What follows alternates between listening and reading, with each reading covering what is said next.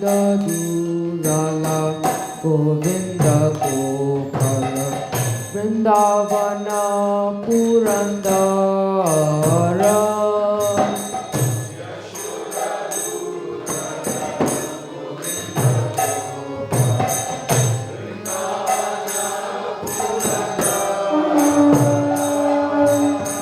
Gopi Priya Jana Radhika Ramana Bhuvana Sundara Bara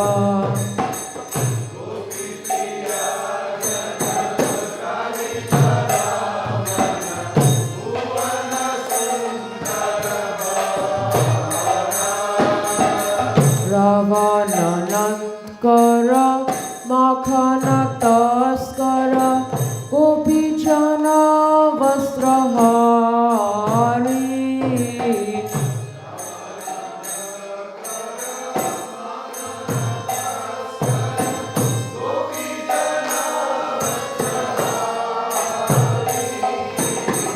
Rajira Rakhala Gopa Vrindapala Bhattahari Bamsidhari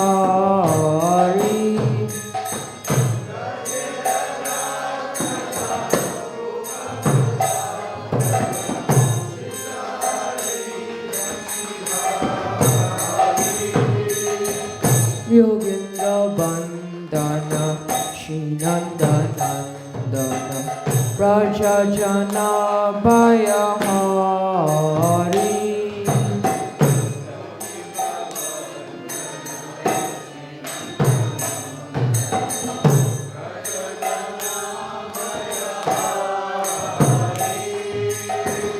Navinani Radha Rupa Manohara Mohana Bamsi Bihari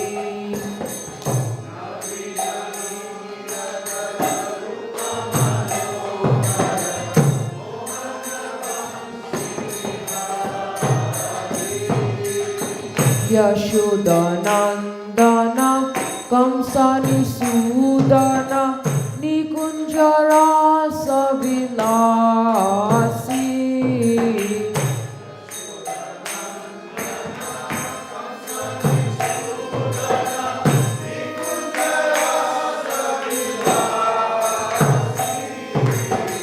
Kadamba Kanana Rasa Parayana Vrinda Vipina Nivasi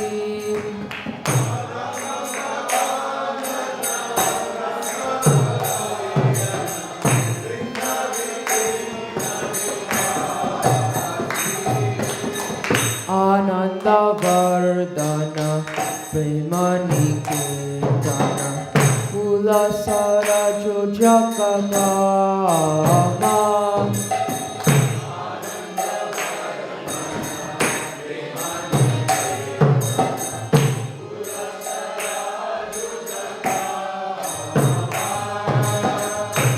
Gopangana Gana Chitta Vinodana Samasta Guna Gana Dhama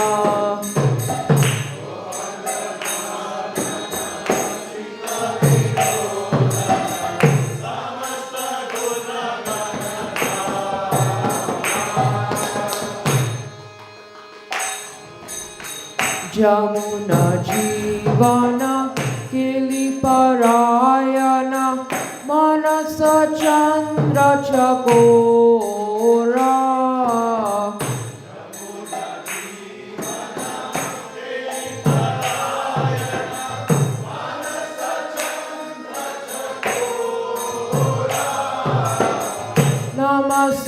Namasudharasa Gau Krishna Jasa Rakho Vajana Manamora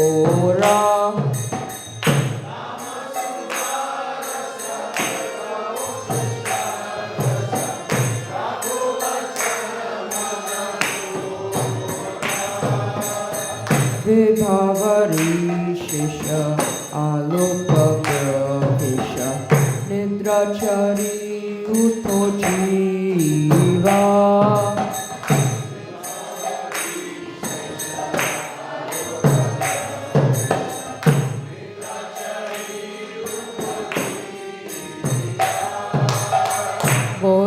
Hari Hari Mukunda Murari Rama Krishna Hayagriva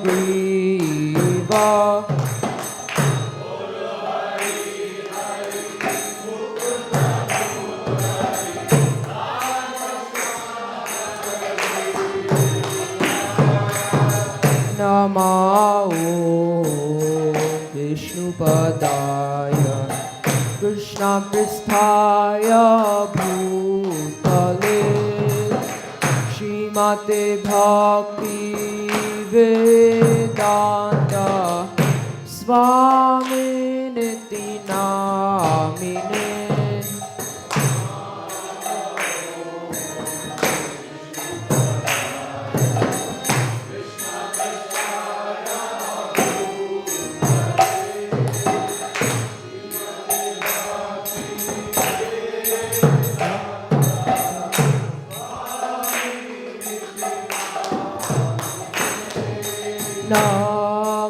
Namaste Saraswati Devi Gauravani Pracharine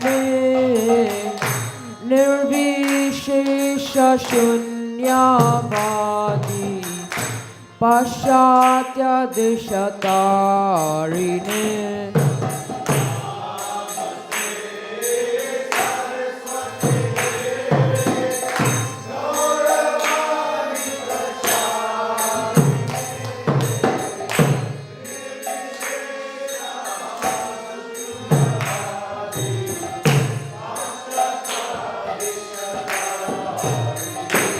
Jaya Shri Krishna Chaitanya Prabhu Nityananda Shri Advaita Gadadhara Shivasadi Gaur Bhakta Vrinda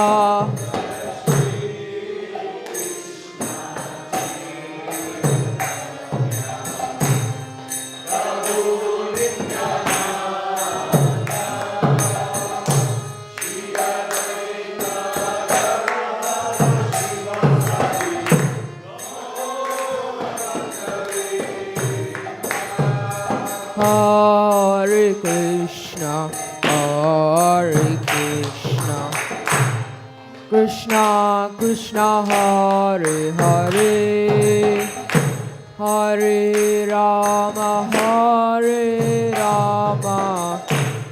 Rama Rama, Hare Hare.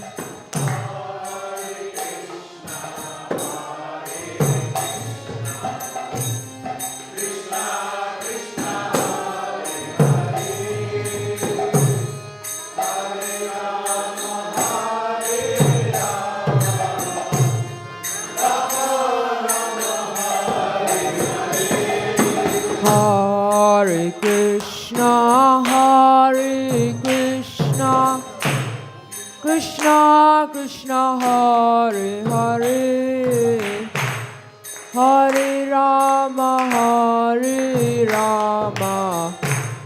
Rama Rama, Hare Hare.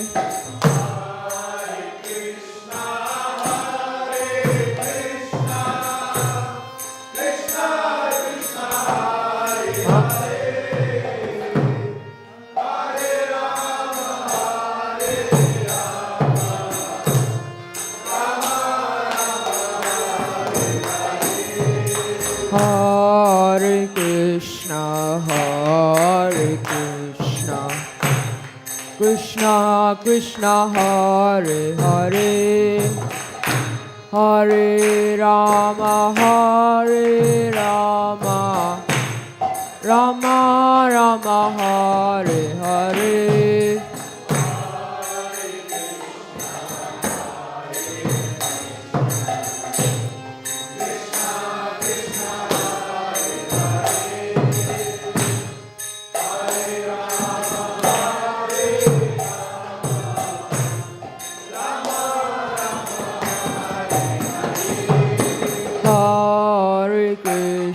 Hare Krishna, Krishna Krishna Hare Hare Hare Rama Rama Rama Hare Hare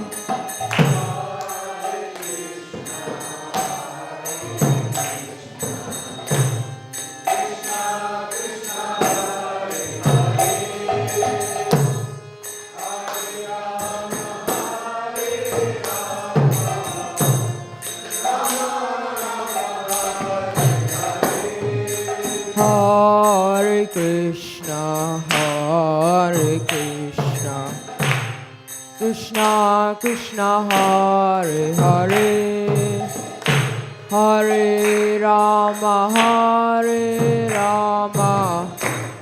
Rama Rama Hare Hare.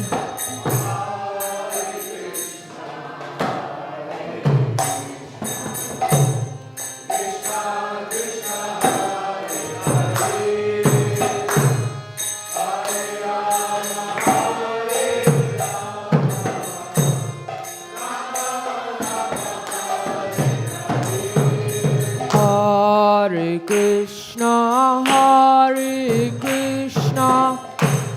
Krishna Krishna Hare Hare, Hare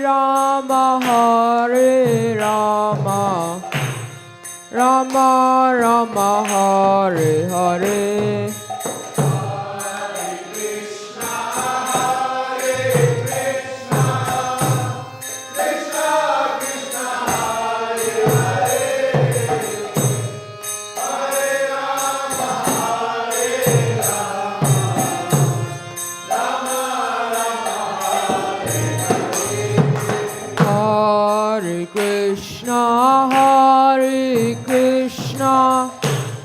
Krishna Krishna Hare Hare, Hare Rama, Rama Rama Hare Hare.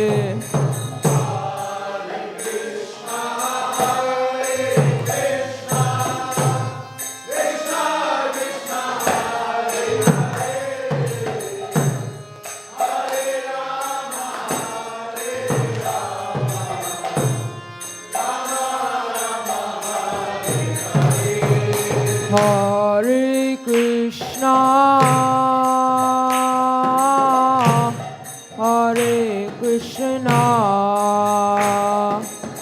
Krishna Krishna Hare Hare, Hare Rama,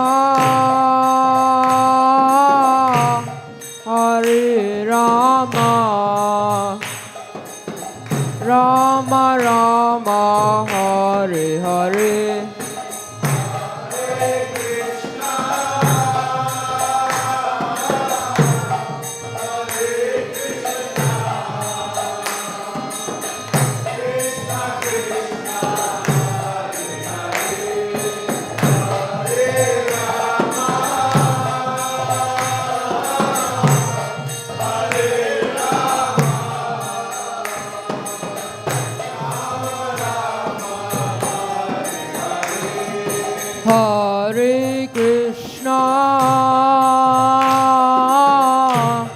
Hare Krishna, Krishna Krishna Hare Hare, Hare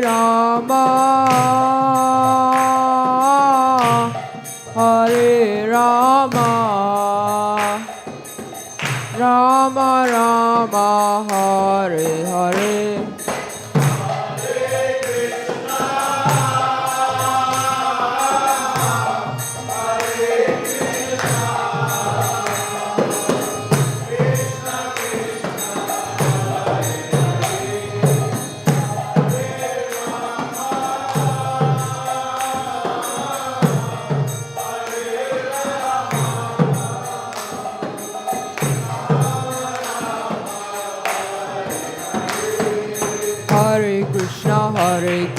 Krishna Krishna Hare Hare, Hare Ram, Ram Ram Hare Hare.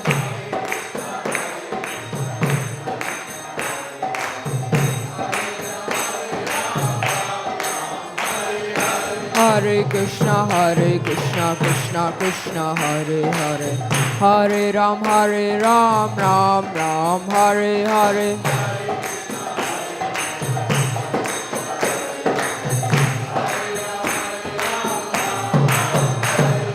Hare Krishna, Krishna Krishna, Hare Hare, Hare Ram, Ram Ram, Hare Hare.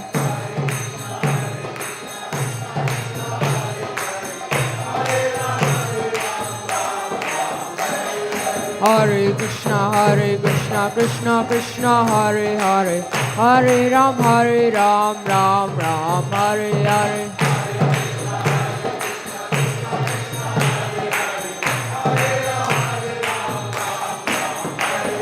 Hare Krishna, Krishna Krishna, Hare Hare, Hare Ram, Ram Ram, Hare Hare.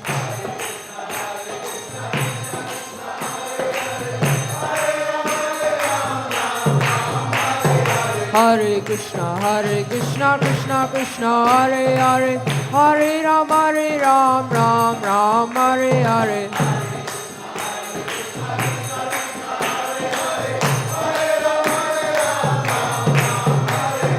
Hare Krishna, Krishna Krishna, Hare Hare, Hare Ram, Ram Ram, Hare Hare.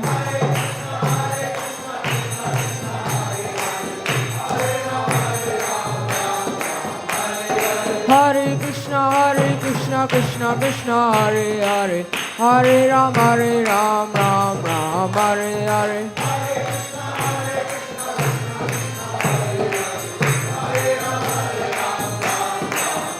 Hare Krishna, Krishna Krishna, Hare Hare, Hare Rama, Rama Rama, Hare Hare.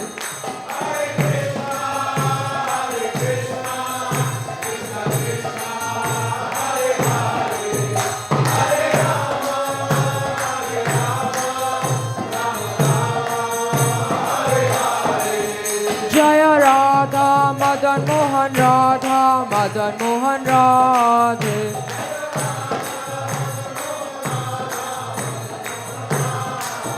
Jaya Prabhupada, Jaya Prabhupada, Jaya Prabhupada, Jaya Prabhupada.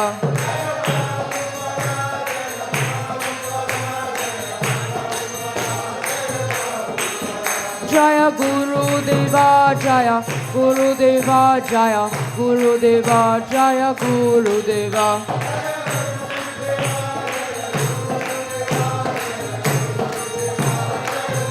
Nitai Gora Hari Bol, Hari Bol, Hari Bol, Nitai Gora Hari Bol.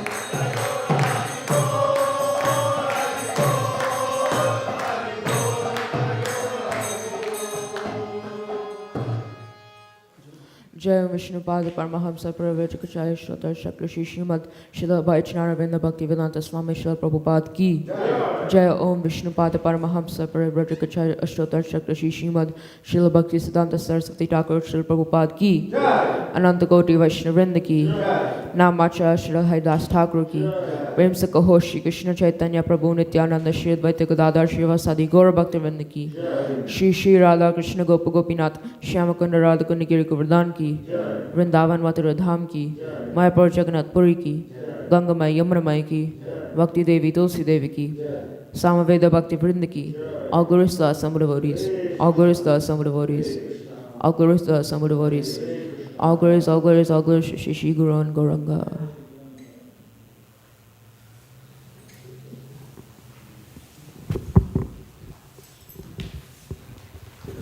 So now we'll sing the Brahma Samhita.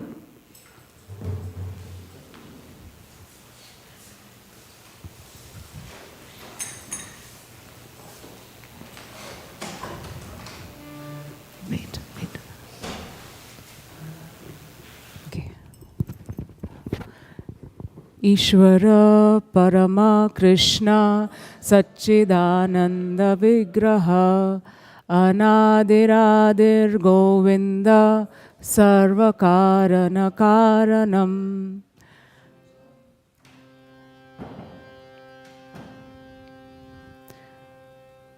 चिन्तामणि प्रकरसद्मसुकल्पवृक्ष लक्षावृतेषु सुरभिरभिपालयन्तं लक्ष्मीसहस्रशतसम्भ्रमसेव्यमानं गोविन्दमादिपुरुषं तमहं भजामि।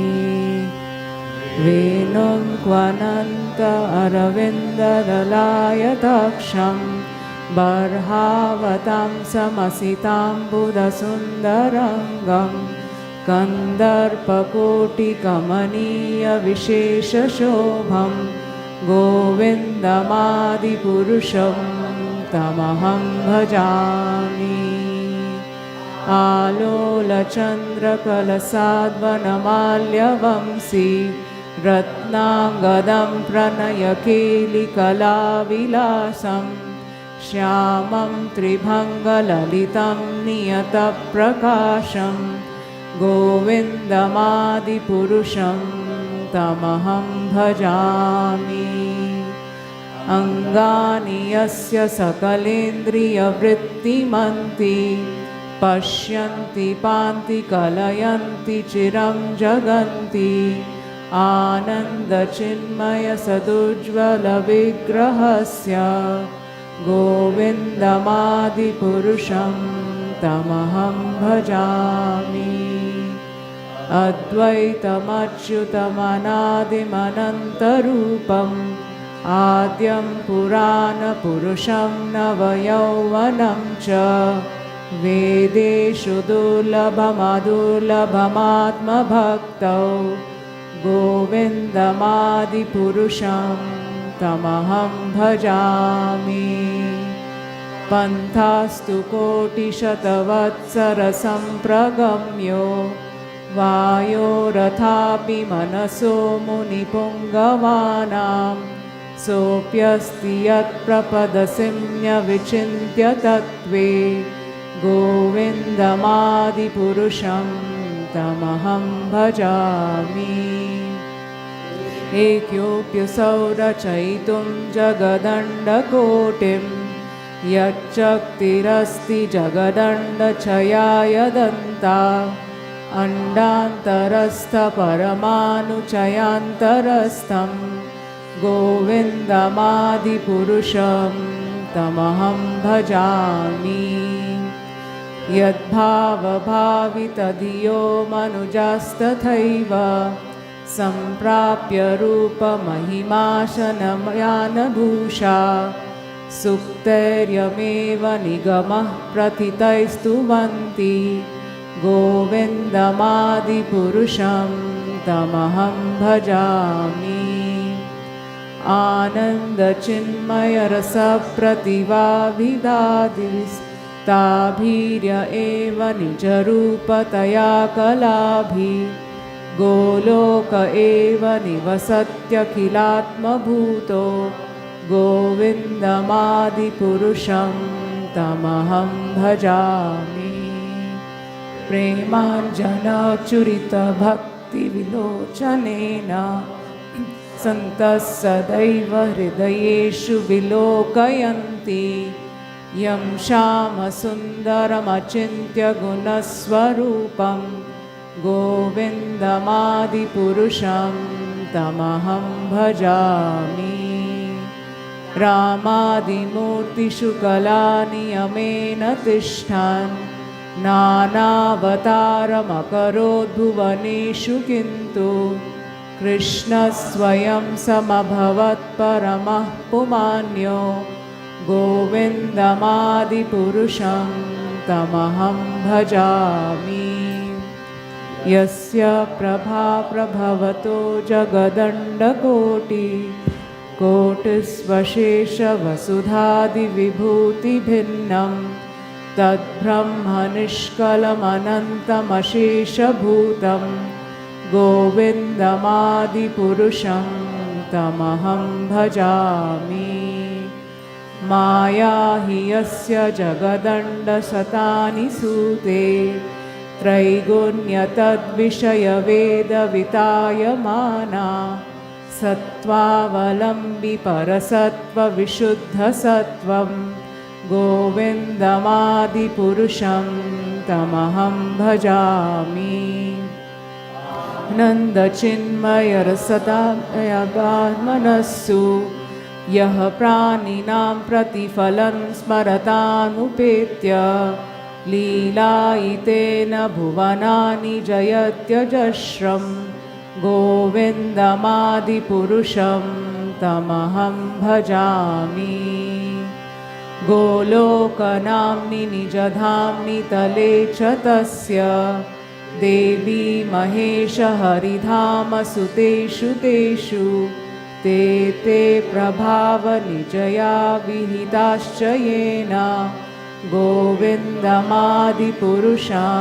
तमहं भजामि सृष्टिस्थितिप्रलयसाधनशक्तिरेका छायेव यस्य भुवनानि बिभर्ति दुर्गा इच्छानुरूपमपि यस्य च चेष्टते सा गोविन्दमादिपुरुषं तमहं भजामि क्षीरं यथा दधिविकारविशेषयोगात् सञ्जायते न हि ततः पृथगस्ति हेतो यः शम्भुतामपि तथा समुपैति कार्यात् गोविन्दमादिपुरुषं तमहं भजामि दीपार्चिरेव हि शशान्तरमभ्युपेत्य दीपायते वितव्रते तु समानधर्मा यस्ताग्र एव हि च विष्णुतया विभाति गोविन्दमादिपुरुषं तमहं भजामि यः कारणार्णवजले भजति स्म योगा निद्रामनन्तभगदण्डसरोमकूप आधारशक्तिमवलम्ब्य परां स्वमूर्तिं गोविन्दमादिपुरुषं तमहं भजामि यस्यैकनिश्वसितकालमथावलम्ब्य जीवन्ति लोमविलजा जगदण्डनाथा विष्णुर्महांस इह यस्य चलाविशेषो गोविन्दमादिपुरुषं तमहं भजामि भास्वान् यथा स्म सकलेषु निजेषु तेज स्वीयं कियत् प्रकटियत्यपि तद्वदत्र ब्रह्माय एष जगदण्डविधानकर्ता गोविन्दमादिपुरुषं तमहं भजामि यत्पादपल्लवयुगं विनिधाय कुम्भ द्वन्द्वे प्रणामसमये स गिनादिराजा विघ्नान् विहन्तुमलमस्य जगत्त्रयस्य गोविन्दमादिपुरुषं तमहं भजामि अग्निर्मही गगनमम्बुमरुर्दिशश्च कालस्तथात्ममनसीति जगत्त्रयानि यस्माद्भवन्ति विभवन्ति विशन्ति यं च गोविन्दमादिपुरुषं तमहं भजामि यच्चक्षुरेश सविता सकलग्रहाणां राजा समस्तसुरमूर्तिरशेषतेजा यस्याज्ञया भ्रमति संवृतकालचक्रो गोविन्दमादिपुरुषं तमहं भजामि धर्मोऽथ पापनिचयाश्रुतयस्तपांसि ब्रह्मादिकीटपतगावधयश्च जीवा यद्दत्तमत्र विभवः प्रकटप्रभावा गोविन्दमादिपुरुषं तमहं भजामि यस्त्वेन्द्रगोपमथवेन्द्रमहो स्वकर्मा बन्धानुरूपफलभाजनमातनोति कर्माणि निर्दहति किन्तु च भक्तिभाजां गोविन्दमादिपुरुषं तमहं भजामि यं क्रोधकामसहजप्रणयादिभीति वात्सल्यमोहगुरुगौरवसेव्यभावै सञ्चिन्त्य तस्य सदृशीं तनुमापुरेते गोविन्दमादिपुरुषं तमहं भजामि गोविन्दमादिपुरुषं तमहं भजामि श्रियः कान्तः परमपुरुषः कल्पतरवो ध्रुमा भूमिश्चिन्तामणिगणमयी तोयममृतं कथागानं नाट्यं गमनमपि वंशी प्रियसखी चिदानन्दं ज्योतिः परमपि तदास्वाद्यमपि च स यत्र क्षीराब्धि श्रवति सुरभिभ्यश्च सुमहान् निमेषार्ध्याख्यो वा व्रजति न हि यत्रापि समयः भजे श्वेतद्वीपं तमहमिह गोलोकमिति यं विदन्तस्ते सन्तः क्षितिविरलचारा कटिपये अथोवाच महाविष्णुर्भगवन्तं प्रजापतिं ब्रह्मन्महत्त्वविज्ञाने प्रजासर्गे च चिन्मतिः पञ्चश्लोकीम् इमं विद्यं वत्स दत्तं निबोध मे प्रबुद्धे ज्ञानभक्तिभ्यम् आत्मन्यानन्दचिन्मयी उदेति उत्तमश्भक्तिर्भगवत्प्रेमलक्षणा प्रेमानैस्तदाचारैस्तदभ्यासै निरन्तरं बोधयन् आत्मनात्मानं भक्तिम् अपि उत्तमं लभेत् यस्य श्रेयस्करं नास्ति यया निवृत्तिम् आप्नुयात् या साधयति मामेव भक्तिं तामेव साधयेत् धर्मामन्यं परित्यज्य मामेकं भज विश्वसान् यादृशी श्रद्धा सिद्धिर्भवति तादृशी कुर्वन् निरन्तरं कर्म लोकोऽयम् अनुवर्तते तेनैव कर्मणाध्यायं मां परं भक्तिमिच्छति अहं हि विश्वस्य चराचरस्य बीजं प्रधानं प्रकृतिपुमांश्च मायाहितं तेज इदं बिभर्सि विदेहि त्वम् अथो जगन्ति ईश्वर परमा कृष्ण सच्चिदानन्दविग्रह अनादिरादिर्गोविन्द सर्वकारणकारणम् इति श्रीब्रह्मसंहितसम्पूर्णं हरि ओम.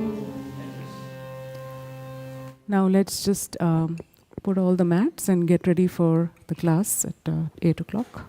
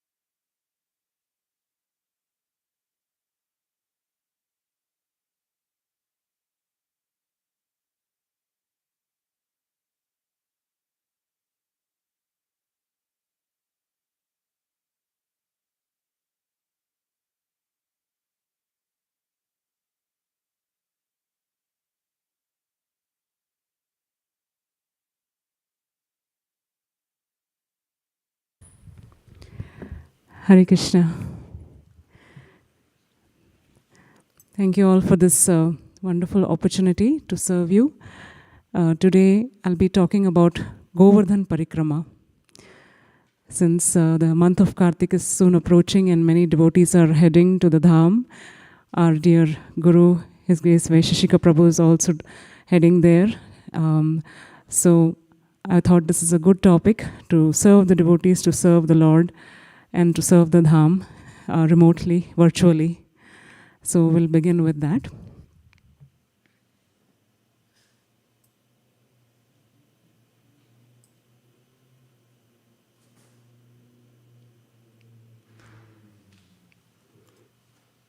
Om Ajnanatimirandhasya Jnananjana Shalakaya Chakshurunmilitam Yena Tasmai Shri Guruve Namaha. Namo Om Vishnupadaya Krishna Prasthaya Bhutale Srimate Bhaktivedanta Swaminiti Namine Namaste Saraswate Deve Gauravani Pracharine Nirvishesha Shunyavadi Paschatya Deshatarine Jai Shri Krishna Chaitanya Prabhu Nityananda Shri Advaita Gadadhara Shivasadi Gaura Bhakta Vrinda Hare Krishna, Krishna Krishna, Hare Hare, Hare Rama, Rama Rama, Hare Hare.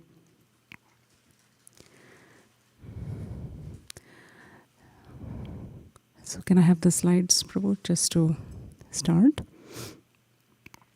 Actually, let's start with the Veda base.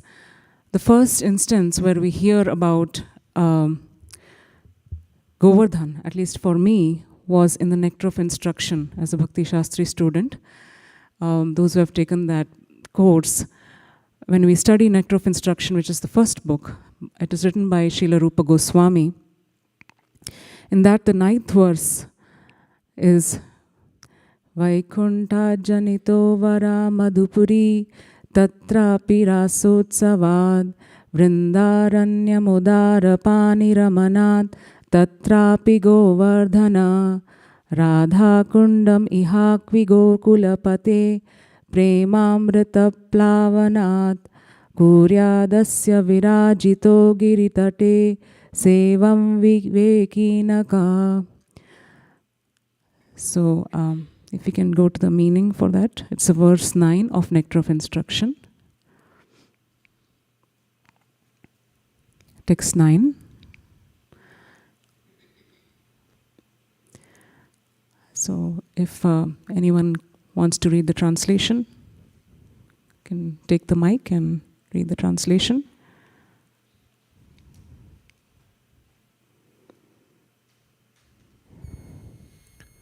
The holy place known as Mathura is spiritually superior to Vaikunta, the transcendental world, because the Lord appeared there. Superior to Mathura Puri is the transcendental forest of Vrindavan because of Krishna's Rasa Lila pastimes. And superior to the forest of Vrindavan is Govardhan hill, for it was raised by the divine hand of Sri Krishna, and it was the site of his various loving pastimes. And, above all, the super excellent Sri Radha Kund stands supreme, for it is overflooded with the ambrosial nectarian prema of the Lord of Gokula, Sri Krishna. Where, then, is that intelligent person who is unwilling to serve this divine Radha Kund, which is situated at the foot of Govardhan hill? So by the mercy of the Acharyas, and then by the mercy of Srila Prabhupada, and then by the mercy of our Shiksha Gurus, we get to hear actually the topmost secret. We are just ordinary denizens of Kali Yuga, sitting in Silicon Valley, How can we get access to the topmost information, the topmost confidential secrets of what is the most supreme place and what is the most supreme pastimes of the Lord? So this verse actually unlocks that secret for us. Something which is locked away for so many of the souls on this world who are perpetually just doing their routine work. For them, if we get to give them this knowledge, if we get to hear this knowledge ourselves, that how Mathura is spiritually superior to Vaikuntha. And inside Mathura Puri also, the secret is going to the Vrindavan forest. In the Vrindavan forest, the most supreme place is Govardhan. And in Govardhan, the topmost place is Radhakund. Why is Radhakund so special? Because Radharani, the Hladini potency of Krishna, represents the bhakti, the divine prema that is inside every jiva soul. So whatever we do, even a small step in our service to Krishna, actually that is the empowerment of Radharani. That is her mercy. That she represents that. She represents our desires to serve Krishna. She represents our desires to chant the holy name. It is that energy of Krishna that actually purifies us and connects us back to Krishna. So we will go into the Govardhan Parikrama by understanding a little bit of what the Acharyas actually said about Govardhan Hill. It is said in the Bhagavad Gita 9.13, Mahatmanastu Mam Partha.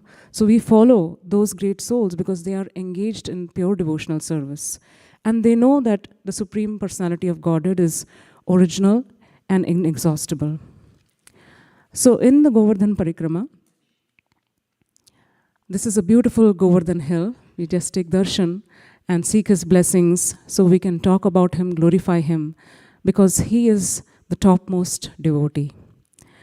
In the Srimad Bhagavatam 10.21.18, actually the gopis, flute song, in that it is mentioned, Hantayam adrirabala haridasavaryo yadrama krishna charanaspar pramodha manam tanoti saha goganayostayoryat pani asuyavasa kandara kandamulai. In this, Radharani is actually saying herself, of all the devotees, this Govardhan hill is the best. O my friends, this hill supplies Krishna and Balaram along with their calves, cows and cowherd friends with all kinds of necessities, water for drinking, very soft grass, caves, fruits, flowers and vegetables. In this way, the hill offers respects to the Lord. Being touched by the lotus feet of Krishna and Balaram, Govardhan hill appears very jubilant. So this is actually a very long story condensed into one verse. The glories of Govardhan are put into one verse. So today in our session, which is actually part 1 of the Parikrama that I'll be talking about, we will try to do half the Parikrama of Govardhan virtually. We will try to explore, maybe in a small way, very insignificant way, how Govardhan is so great.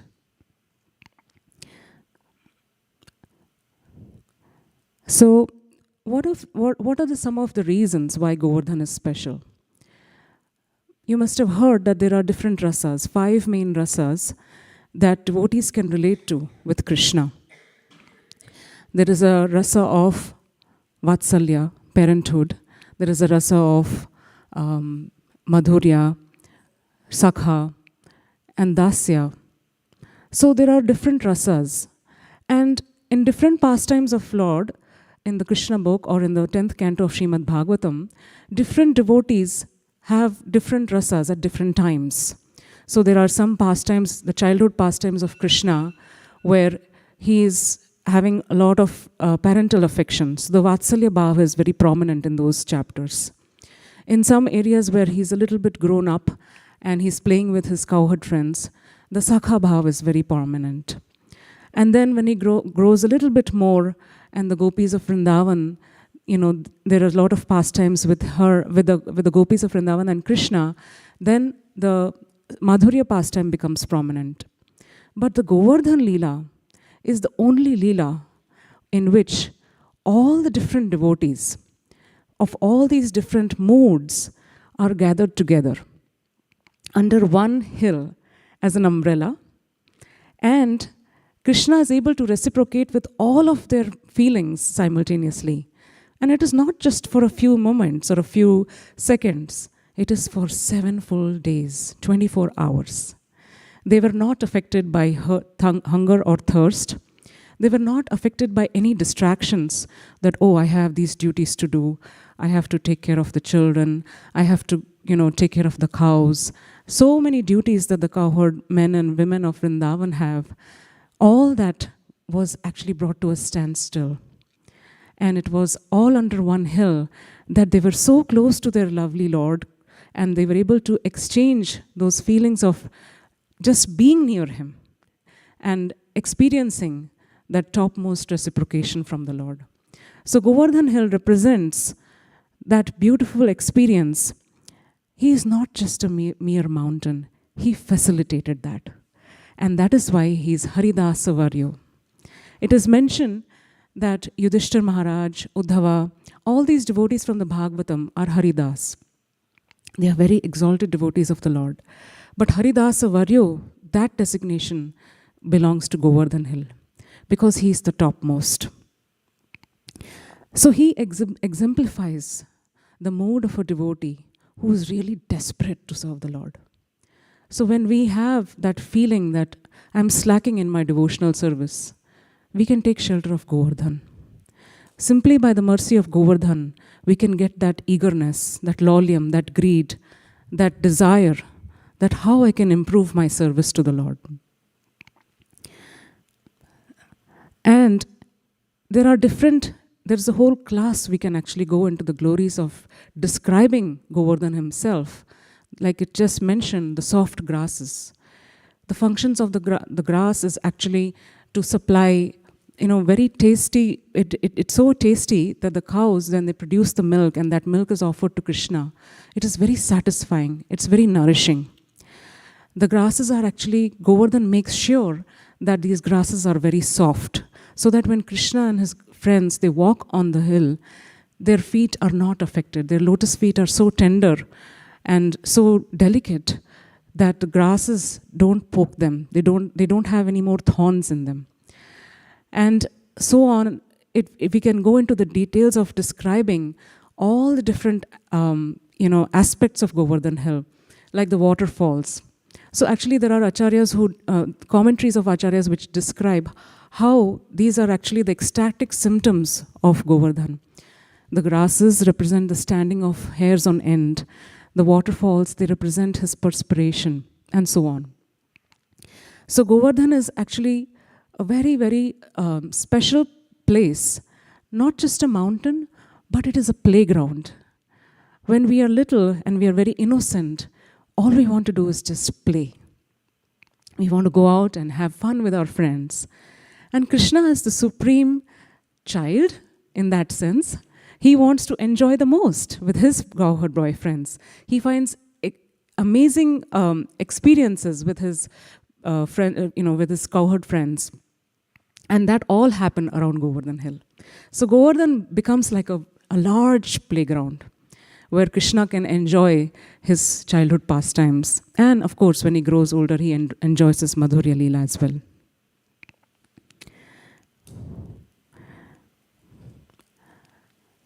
So following in the footsteps, we cannot understand the glories of Govardhan alone.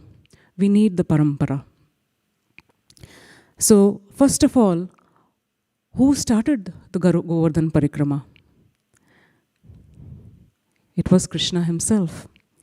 When he stopped the Vrajvasis from doing the Indra Puja, and he instead said we should do Govardhan Puja, after the puja was complete, Krishna took all the Vrajvasis on Parikrama around Govardhan Hill.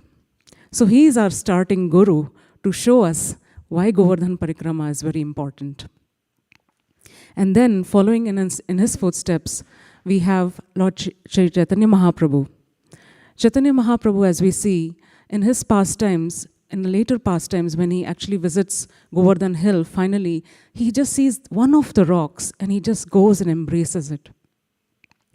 In his pastimes, it is mentioned how he gives one small shila to his disciple Raghunath Das Goswami and the Gunja beads as a necklace around that.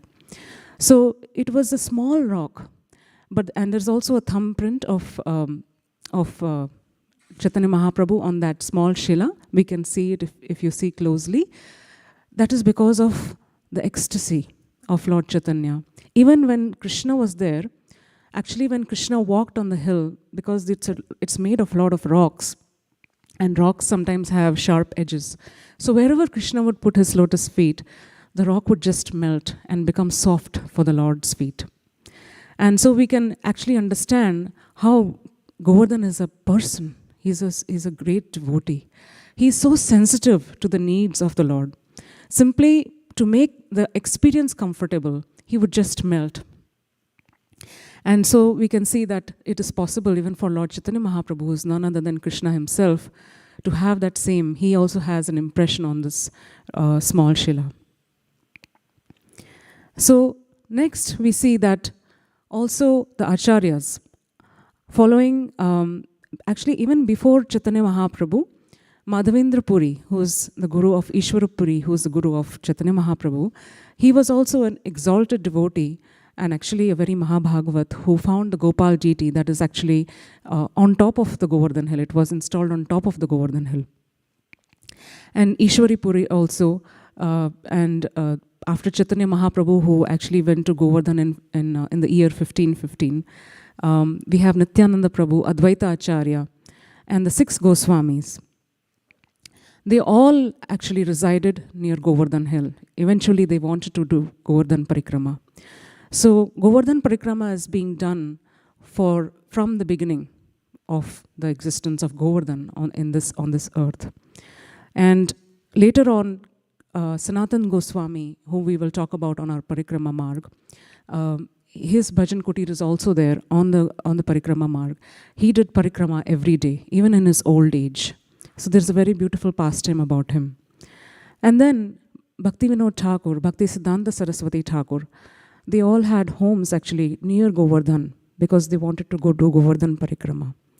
And lastly, but not the least, Srila Prabhupada, even he, in his final wish, expressed a desire to go around Govardhan hill. His body was not, it was very, very crippled in his last stages, and he was not able to go.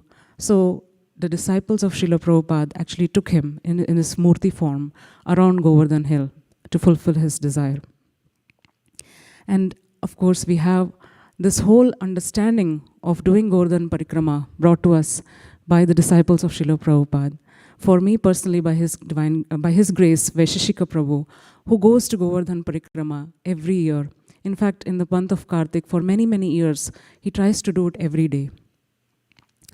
So the point is that Govardhan Parikrama is something that all serious devotees should at some point try to do. It is our service to the Lord. It's like this giant deity that you're going around. Just by being in the presence of Govardhan, our heart is purified. We get to understand Krishna more than ever before. And every time we do it, it's a new experience. So with that, we want to know what are some of the instructions for performing Govardhan Parikrama. I don't know if you can read, but if someone would like to volunteer reading the instructions, if anyone wants to take the mic, yeah. Instructions for performing Govardhan Parikrama from Vraj Bhakti Vilas. First one. One should offer proper respect to all the deities, cows, brahmanas, trees, creepers, rocks, and kundas one sees. Go ahead. Yeah. One should not offend any living entity, moving or non-moving, otherwise one will lose the benefits of his or her parikrama. Okay. While performing parikrama, one should not wear leather items and one's clothes should be freshly washed. One must observe brahmacharya and take bath as well as clean teeth before starting parikrama. While performing parikrama, one should move carefully so as to not kill any living entities on the path. Okay. We missed one previous one, number 5. Oh. one should not perform parikrama at night. Thank you. Number 7. If one becomes sick during parikrama, one should stop and take rest. Parikrama should be continued after health is regained. Please pass on the mic and continue.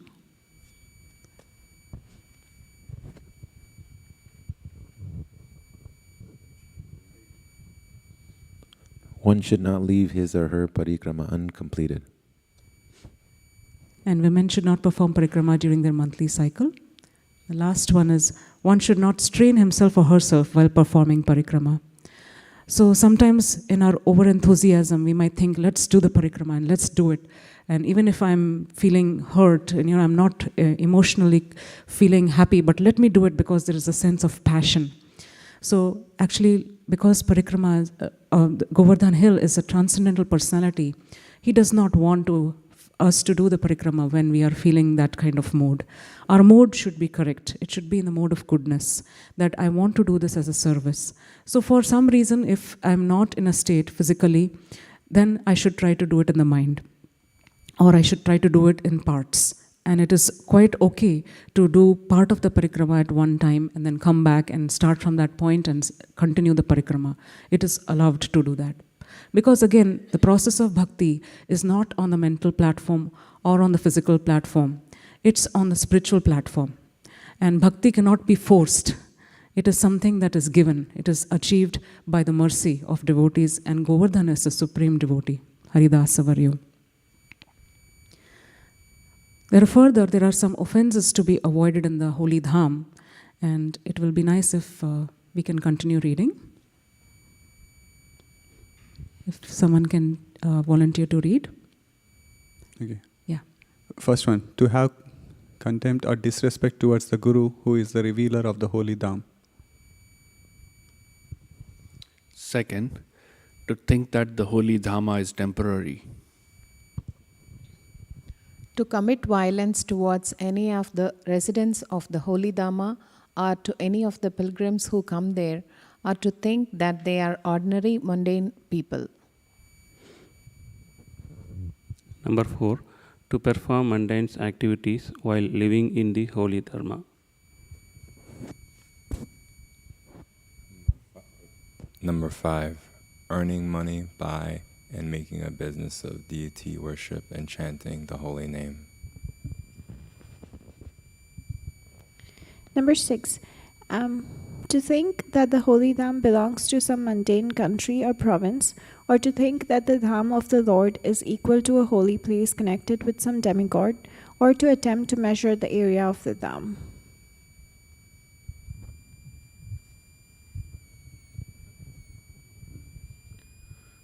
To commit sinful acts while in the dham.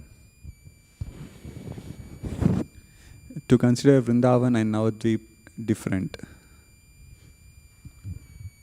To blaspheme the Shastras which glorify the holy Dhamma. To be faithless and to think that the glories of the Dhamma are imaginary. In the sacred land of Vrindavana, the results of all devotional activities performed here and magnified 1000 times. Therefore, one can make rapid advancement if one lives offenselessly in the holy Dhamma. If, however, one does commit offenses, they are also magnified 1000 times. Therefore, one is advised to carefully avoid committing any offenses in the holy Dhamma of Vrindavana. Thank you. So now we'll get into the parikrama, now that we know the preliminary recommended thing, the rules or instructions. And we will try to go quickly because it's a long parikrama. This is the map of Govardhan, and I don't know if you're able to see, but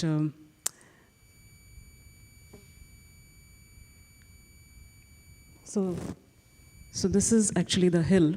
Thank you, Prabhu. So on the top, if you see, there is Radha Kund. That is the top part of the hill, and at the bottom on the left it says Puchari Ka Lota Baba. That is the lowest tip of the Govardhan. So it's actually a very long hill, and the top part is the northeastern part and the southern part is the southwestern part. And when actually Govardhan came into being in the Satya Yuga, and I'll go into the appearance of Govardhan shortly, it is said that he was 115 kilometers long, 72 kilometers wide, and 29 kilometers high. But that is, if you try to think, it's actually taller and bigger than even the Mount Everest. So Govardhan was so big that his tips were actually literally covered with ice. Now the whole hill in this Kali Yuga is actually only 80 feet tall in the highest point. And it is said that after 10,000 years of Kali Yuga, Govardhan will have completely disappeared. So it is said that Govardhan is actually reducing in size, and we'll go also into that, why it is happening. This is another Google Earth image that I got just to show the dark part. If you see, this time the image actually captured this down, a little bit other way around. So Radhakund is at the bottom, but on the top is the Puchri Kalota. So that dark part, the line that you see in between, are the rocks that are visible. So on the part of Radhakund side, actually, the part of the hill is now no longer visible also. This is another interesting map.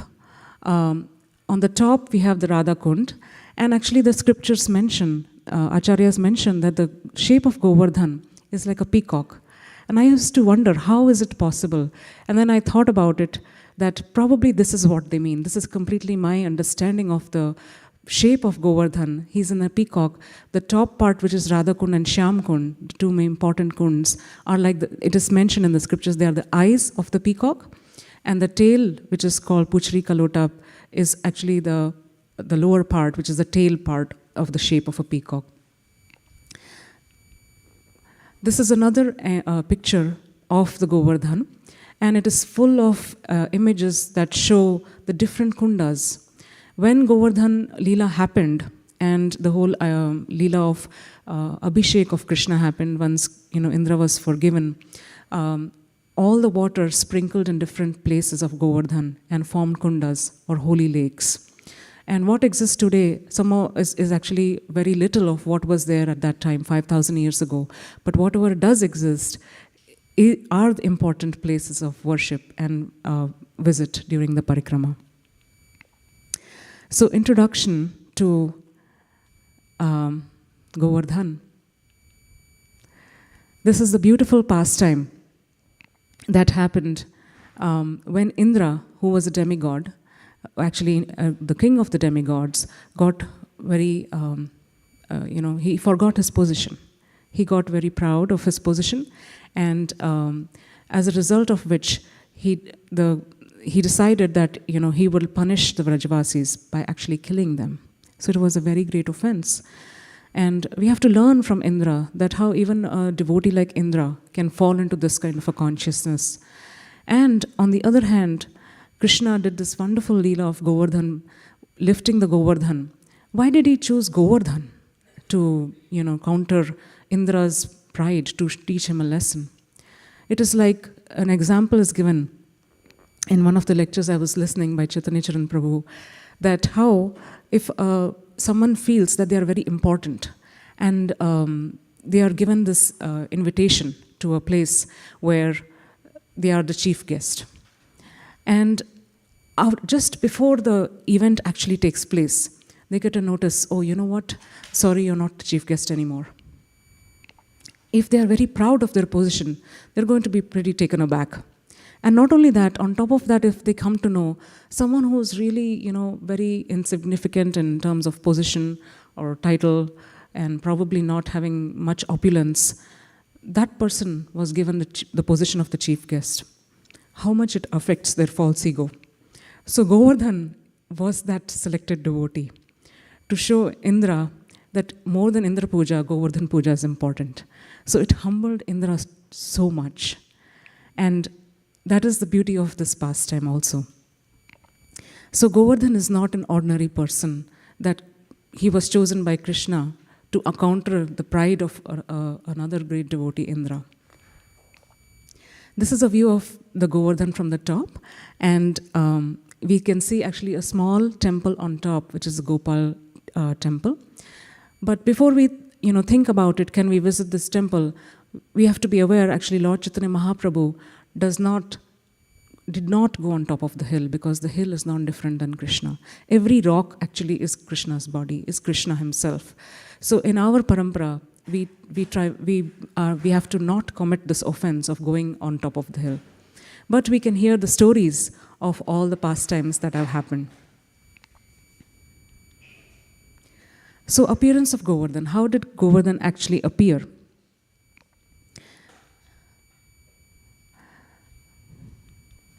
So there are actually two parts to the story.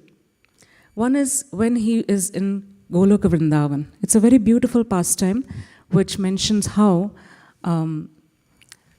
Krishna is always surrounded by his devotees in the spiritual world. We do not have the qualification to even understand, but we try to understand based on what the words of the acharyas and our Shiksha Gurus have told us, and how we try to understand them with our limited intelligence. So Govardhan was manifest actually on the desire of Radharani. So Krishna was sitting, and Radharani once told Krishna, and of course all the gopis along with Radharani said, we want a place where we can understand how we can eternally enjoy the pastimes with you. And how do you really experience that feeling for us? We want to know. So Krishna just sat down in meditation, and it is said that out of his deep prema from his heart, a teardrop fell. And that teardrop fell and became a huge mountain. But because the spiritual world is ever expanding and always growing, because Krishna's prema for his devotees is always expanding, there is no limit to that prema. And same with the devotees. So Govardhan Hill started to grow. He started to grow so big that he took over the entire Goloka. Of course, Golokas, we might think in our understanding, is he something limited? Is it a limited space? No, Goloka is also unlimited. But Govardhan started to pervade the entire Goloka Vrindavan. And then all the Vrajavasis says, where do we go now? We have other areas where we need Goloka for. So then Krishna just lightly tapped Govardhan, and he shrunk back to the size.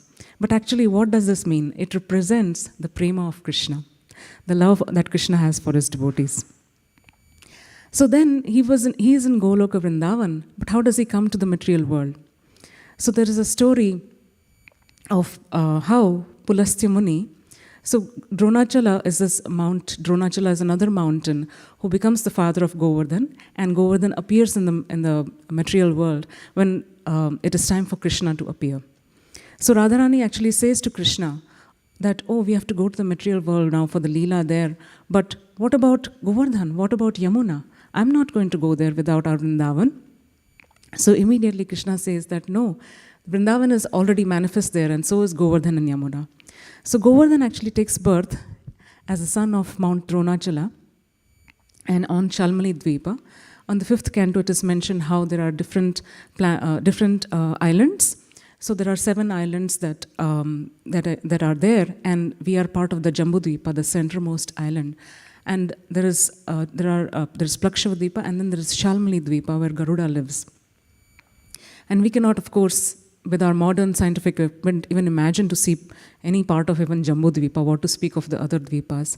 So Govardhan was actually in that Shalmali Dvipa, and Pulastya Muni, who's a very great sage, happened to be traveling, and he saw Govardhan, and he saw, wow, this is such a beautiful hill.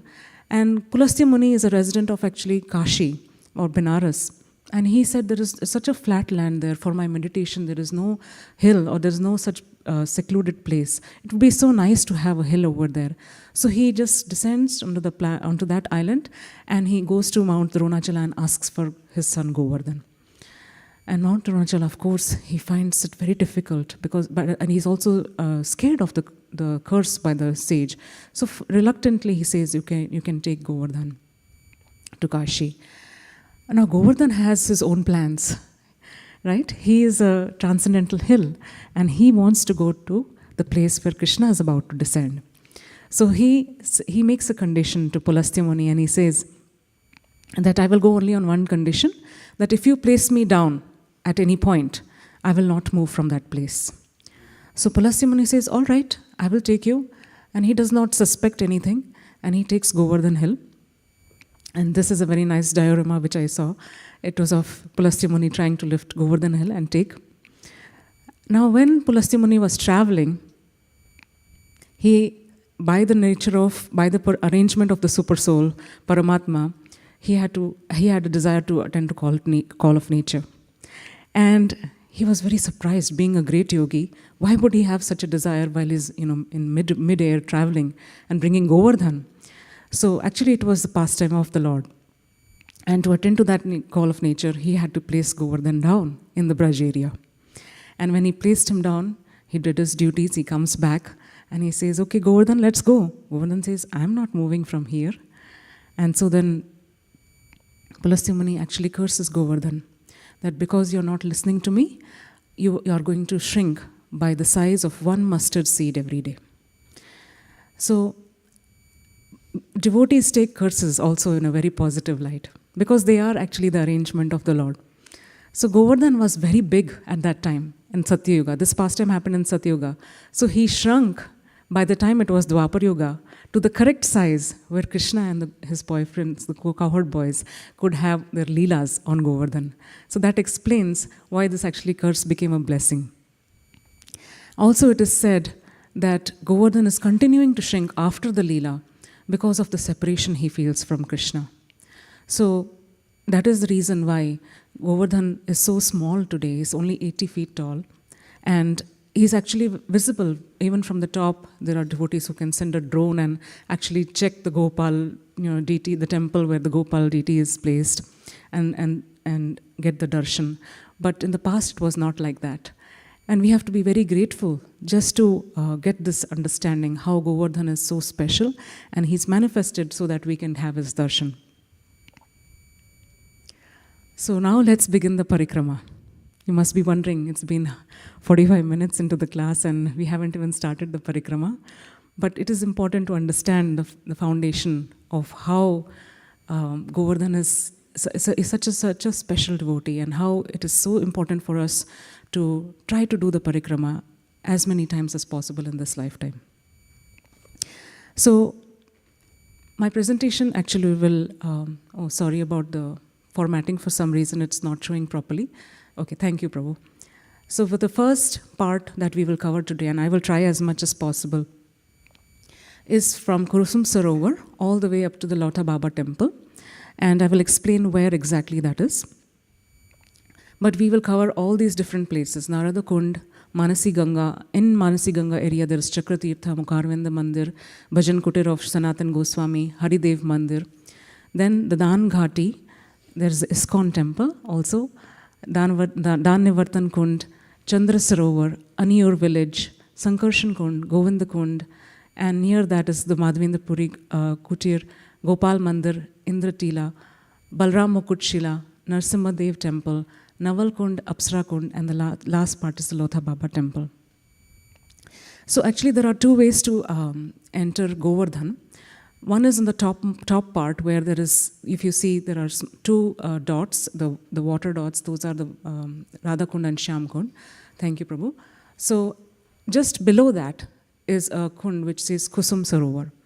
And the road from Vrindavan actually comes to that part of Govardhan. So devotees traveling from Vrindavan, they come to that place and they start their parikrama from Kusum Sarovar and then go all around the hill and end their parikrama back at Kusum Sarovar. So the last stop before Kusum Sarovar is Radha Kund, Shyam Kund. There are devotees who might come from Mathura, and they enter actually the Govardhan town right in the middle where there is a huge water body. You can see the blue, and that is Manasi Ganga. And when they are coming from Mathura, actually that is in the Shastra according to Srila Rupa Goswami. That is the traditional way of also doing the Govardhan Parikrama, which is to take a dip in the Manasi Ganga and have darshan of Haridev, and in the Haridev temple, and then start the Parikrama and then complete it going around back at the same spot. But we will start from Kusum Sarovar today in our presentation. So Kusum Sarovar, this is a beautiful place, as you can see. This was actually built more in the 1600s, this structure. Before that, it was just a lake.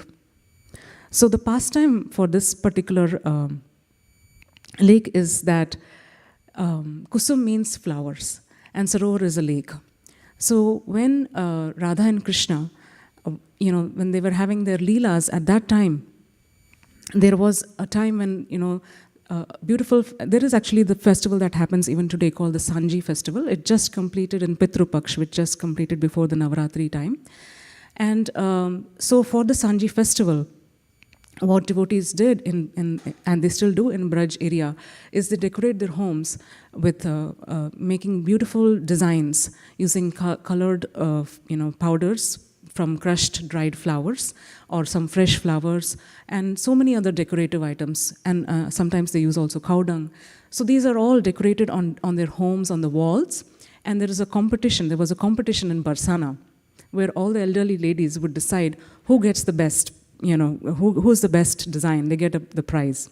So Radharani and the gopis, they wanted to come to this place, which is now Kusum Sarovar. It was a Pushpavan, which means a forest of flowers, to collect the flowers. And it's a very long story, and this Lila is described it is described in one of it is in the Govardhan Lila Amrita by Krishna Das Kaviraj, and also in Krishna Bhavamrita. And so I will be very precise because each of these places we can have a whole class in that. And but our desire is to just go through the Parikrama and get an idea and get a desire to know more about each place. So the story was that Radharani was and her friends were collecting flowers, wanting to collect flowers for the Sanji festival. And it so happened that Krishna and the cowherd boys also planned to come to the Pushpavana at that time. But Krishna was not wanting to come with his cowherd boy friends on that particular day because he wanted to meet with Radharani and the gopis. So when they reached Nandagram, Sridama, who's a brother of Radharani, he reaches Nandagram and he says, "Krishna, wake up, we have to go." And Krishna says, "Oh no, I have a stomachache. I don't want to go today." So he pretends that he's having a stomachache. And then Balramji understands. And then the Gopas say, "Oh, you don't want to go? We thought we'll go to Pushpavana today. Okay, maybe we will go tomorrow." And then Krishna decides to go by himself. In Pushpavan, there is a whole Leela that Radharani actually, in remembrance of Krishna, becomes so enamored that she forgets to collect flowers. Her basket is empty. And the gopis are thinking, what happened? Why is her basket empty? Maybe we should fill it with flowers. But actually, she's so lost in thoughts of Krishna that even her dress gets entangled in a thorny bush. Actually, she strays away from the rest of the gopis and she is completely lost to understanding what's going on. And then, when she realizes that she's stuck in this thorny bush, she prays to her Ishtadev, Suryadev. And instead of Suryadev, it is Krishna who appears and helps her get untangled. And she gets mystified. Who is this person who helped me? Because she gets a sense that it was her Shyam. But no, but he just disappears. And then, after some time, when the gopis arrive at the spot and they ask Radharani, what happened? She says, I just felt some spirit was here, but I don't know where he is. I'm trying to find him. And then, after some time, they see Krishna dressed up as a gardener. He has a mustache. And then he becomes angry. He said, who are you all to take so many flowers from this Pushpavan? This belongs to King Kamsa, and I'm his representative. How dare you take so many flowers from here? And then Radharani and the gopis, they just are stunned and they're wondering what to say. And then Lalita says, actually, our Sakhi Radharani, she is the goddess of this place. She is Vrindavaneshwari. Who are you to stop us? Maybe you are a stranger here. So in this way, the sweet exchanges between Krishna and the gopis happens. And then they find out, actually, he is none other than Krishna himself. Then later on, there is a beautiful pastime that also happens where Krishna, this is actually a beautiful painting that we see, that Krishna actually wants to dress up Radharani, decorate her hair with the flowers, and he combs her hair. At that time, he needs some water to also put some nice decoration on her face, but there is no water in that place, in the Pushpavan. So then the gopis think, maybe we should go to Manasi Ganga and get some water. He says no. He just puts his flute and a kund appears. This Kusum Sarovar is that place. So it is appeared by the touch of Krishna's float. So this is, Prabhu, if you can adjust the presentation slide a little bit.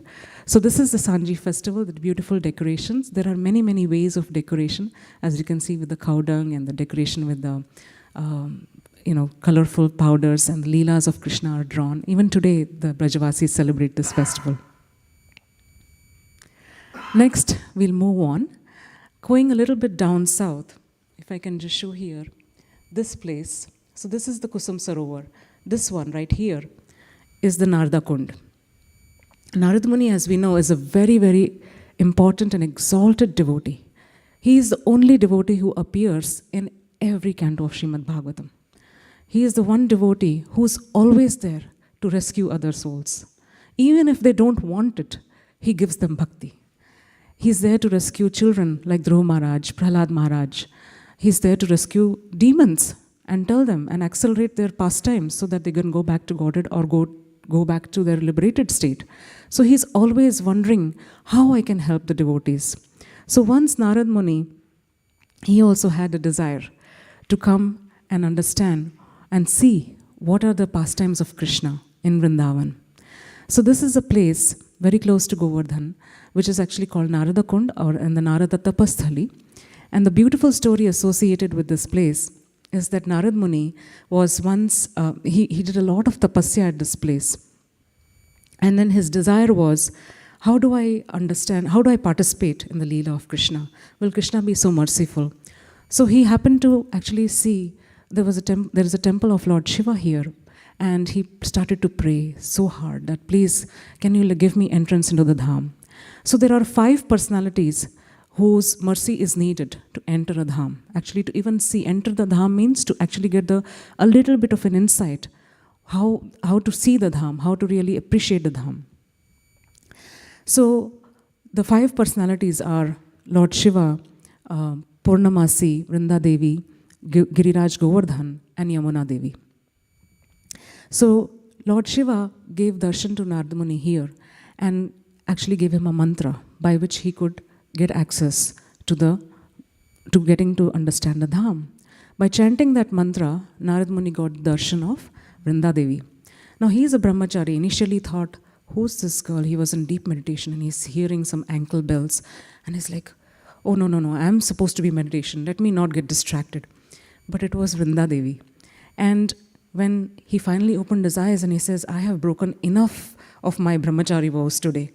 Let me see who this person who's trying to disturb me. Because she tapped on his shoulder and he said, come, I'll show you.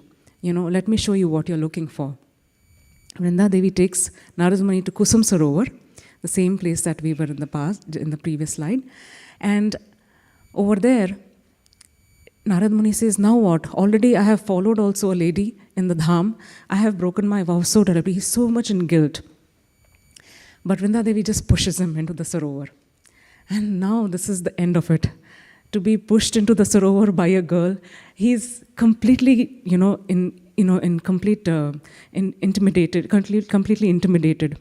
But when he comes out of the Sarovar, he sees his own reflection. He's turned into a gopi, a 12-year-old girl. And he's shocked.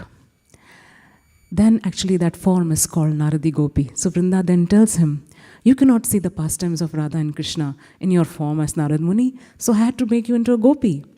And then he happens to glance at the lotuses in the Kusum Sarovar. There is a white lotus surrounded with many other colorful lotuses. And then Narad Muni sees, actually that is Krishna surrounded with the gopis. He's so amazed to be given that darshan. So this pastime actually shows how the devotees and very exalted devotees, we have to go through, we have to follow their footsteps. We cannot see Krishna by ourselves. Even Narad Muni had to go through that. And then Vrinda Devi puts him back into the water. He takes another dip and he comes out. Then Krishna gives darshan to Narad Muni and he says, you're a very great devotee of mine. Why don't you give to the world the secrets of bhakti? And Narad Muni then composes the Narada Bhakti Sutra. And this is a place, the people tree, in that same place, Narad Kund, which is actually the place, this is actually the 51st child or generation of that people tree that existed at that time. That is what the localites say.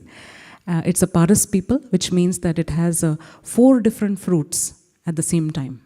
It's a very special tree, so people circumambulate it and seek its blessings. For this, the generations of this tree has seen many pastimes. Next, we move on to down south, where there was a big water body in the center of the Parikrama. That is Manasi Ganga. Manasi Ganga actually is a very special, there's a whole pastime for this place as well.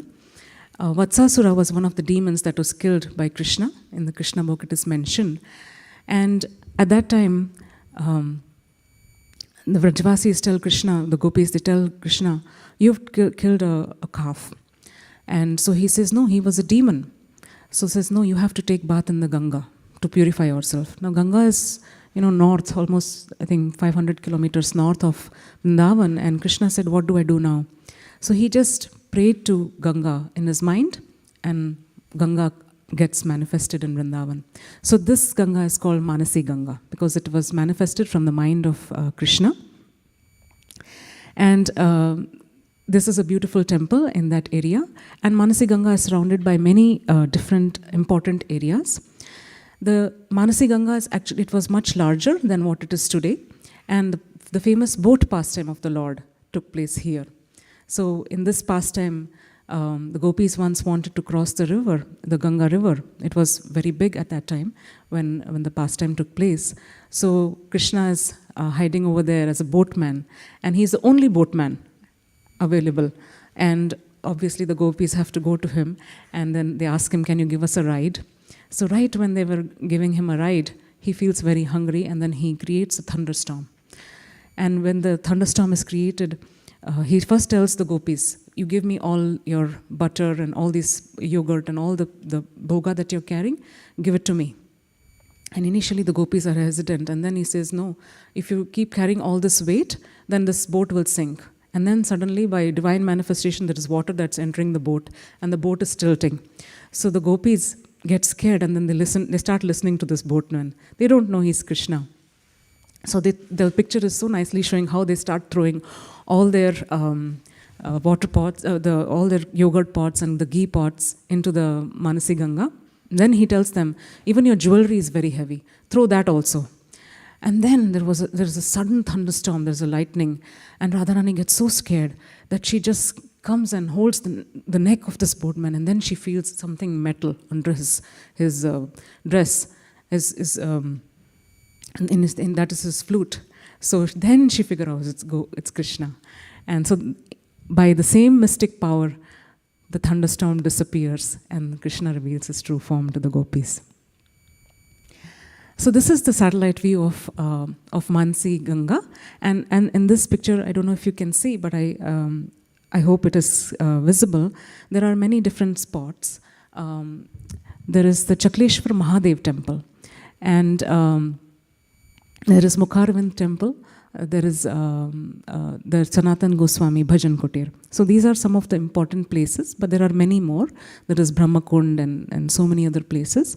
But going quickly into the first part, there's Chakra. This is also called as Chakra Tirtha, because at the time of the whole pastime, when Krishna was lifting the Govardhan hill, one must be wondering what happened to the Govardhan hill from the top, because the Samvartaka clouds, they were showering so much rain.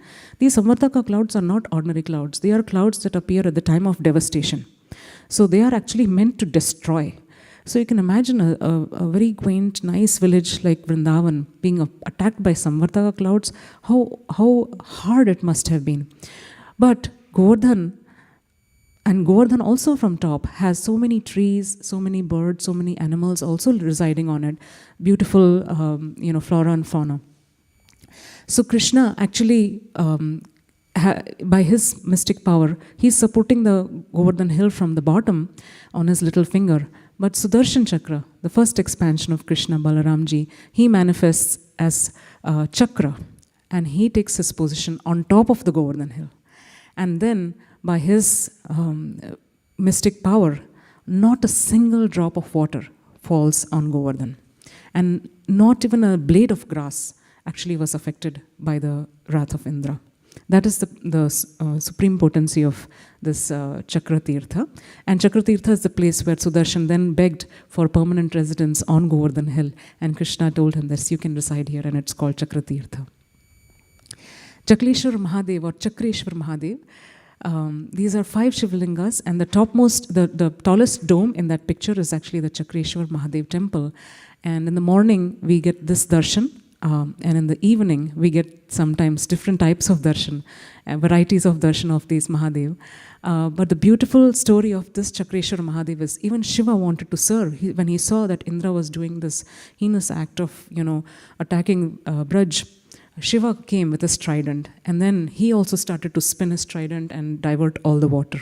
So then that place became Chakreshwar Mahadev's abode. And it's called Chakreshwar Mahadev or Chakleshwar Mahadev because he was spinning his trident. So he is actually the protector of the dham. There are 5 different Mahadevs in the Vraj area. There is Gopeshwar Mahadev in Vrindavan, Kameshwar Mahadev in Kamyavan, and there are 2 more like that. Chakreshwar Mahadev is important in Govardhan. So with their protection, devotees are also protected in the dham. This is the sacred stations inside the complex of Manasi Ganga temple, where people can actually take their bath, so they don't have to go into the big lake. And the Mukharavinda Mandir. This is a beautiful shila where gallons and gallons of milk are offered daily, because this is the place where it is considered to be the mouth of Govardhan. So what the Abhishek of milk happens every day in this place. And behind the shila is actually a Krishna Mukut shila also. And very close to this whole area is the Sanatan Goswami Bhajan Kutir. And this is a place where Sanatan Goswami in his old age came and resided. And there's a very beautiful story of how he was once experiencing a lot of mosquitoes in that area, and he was not able to do his bhajan. So then Lord Shiva came in his dream, and in another story it is said that he appeared as a Brahmin and told Sanatan Goswami that you don't leave this place, even though the mosquitoes are there, they will not trouble you. And from that day on, even today it is said that in this place, mosquitoes are not there because of that benediction, because of Sanatan Goswami.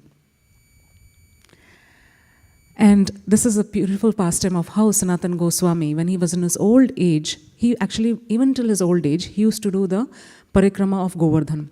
So there are 2 Parikrama paths. One is very close to the Govardhan, which is about 21 kilometers. And there is an outer Parikrama marg, which is about 44 kilometers. And Sanatan Goswami used to take the outer Parikrama marg. And it covers a lot of more places, actually. So Sanatan Goswami, Krishna appeared to him and personally gave him this shila, which is there even today. And Krishna just stood there, playing his flute, and the rock of Govardhan just melted. And so there are 4 prints on that shila: the lotus feet of Krishna, the imprint of a calf, and a calf's hoof print, the stick of Krishna, and the flute of Krishna. And this shila is even there today in the Radha Damodar temple in Vrindavan. If you just give some 5 rupees or dakshina to the pujari, he will just show you darshan. It is usually kept covered because it's very sacred. So the blessing that Sanatan Goswami was given by Krishna himself, that if you simply do 4 parikramas of this shila, it is equivalent to Govardhan parikrama. So many devotees, they at least try to do this when they go to Vrindavan, especially Gaudiya Vaishnavas, to get the mercy of Govardhan. Next is the Haridev temple. So this is a beautiful deity that was actually, this is a Pratibhu deity, which means it's an image of the original. And it was installed 5,000 years ago by Vajnanab, the grandson of Krishna. And the whole pastime is the gopis, when they were looking for Krishna and they couldn't find him, they actually called him out, Haridev, Haridev. It was the name given by Lalita. And they said, why are you giving such an ordinary name? Because Krishna has primary names and Krishna has secondary names. So something like Nanda's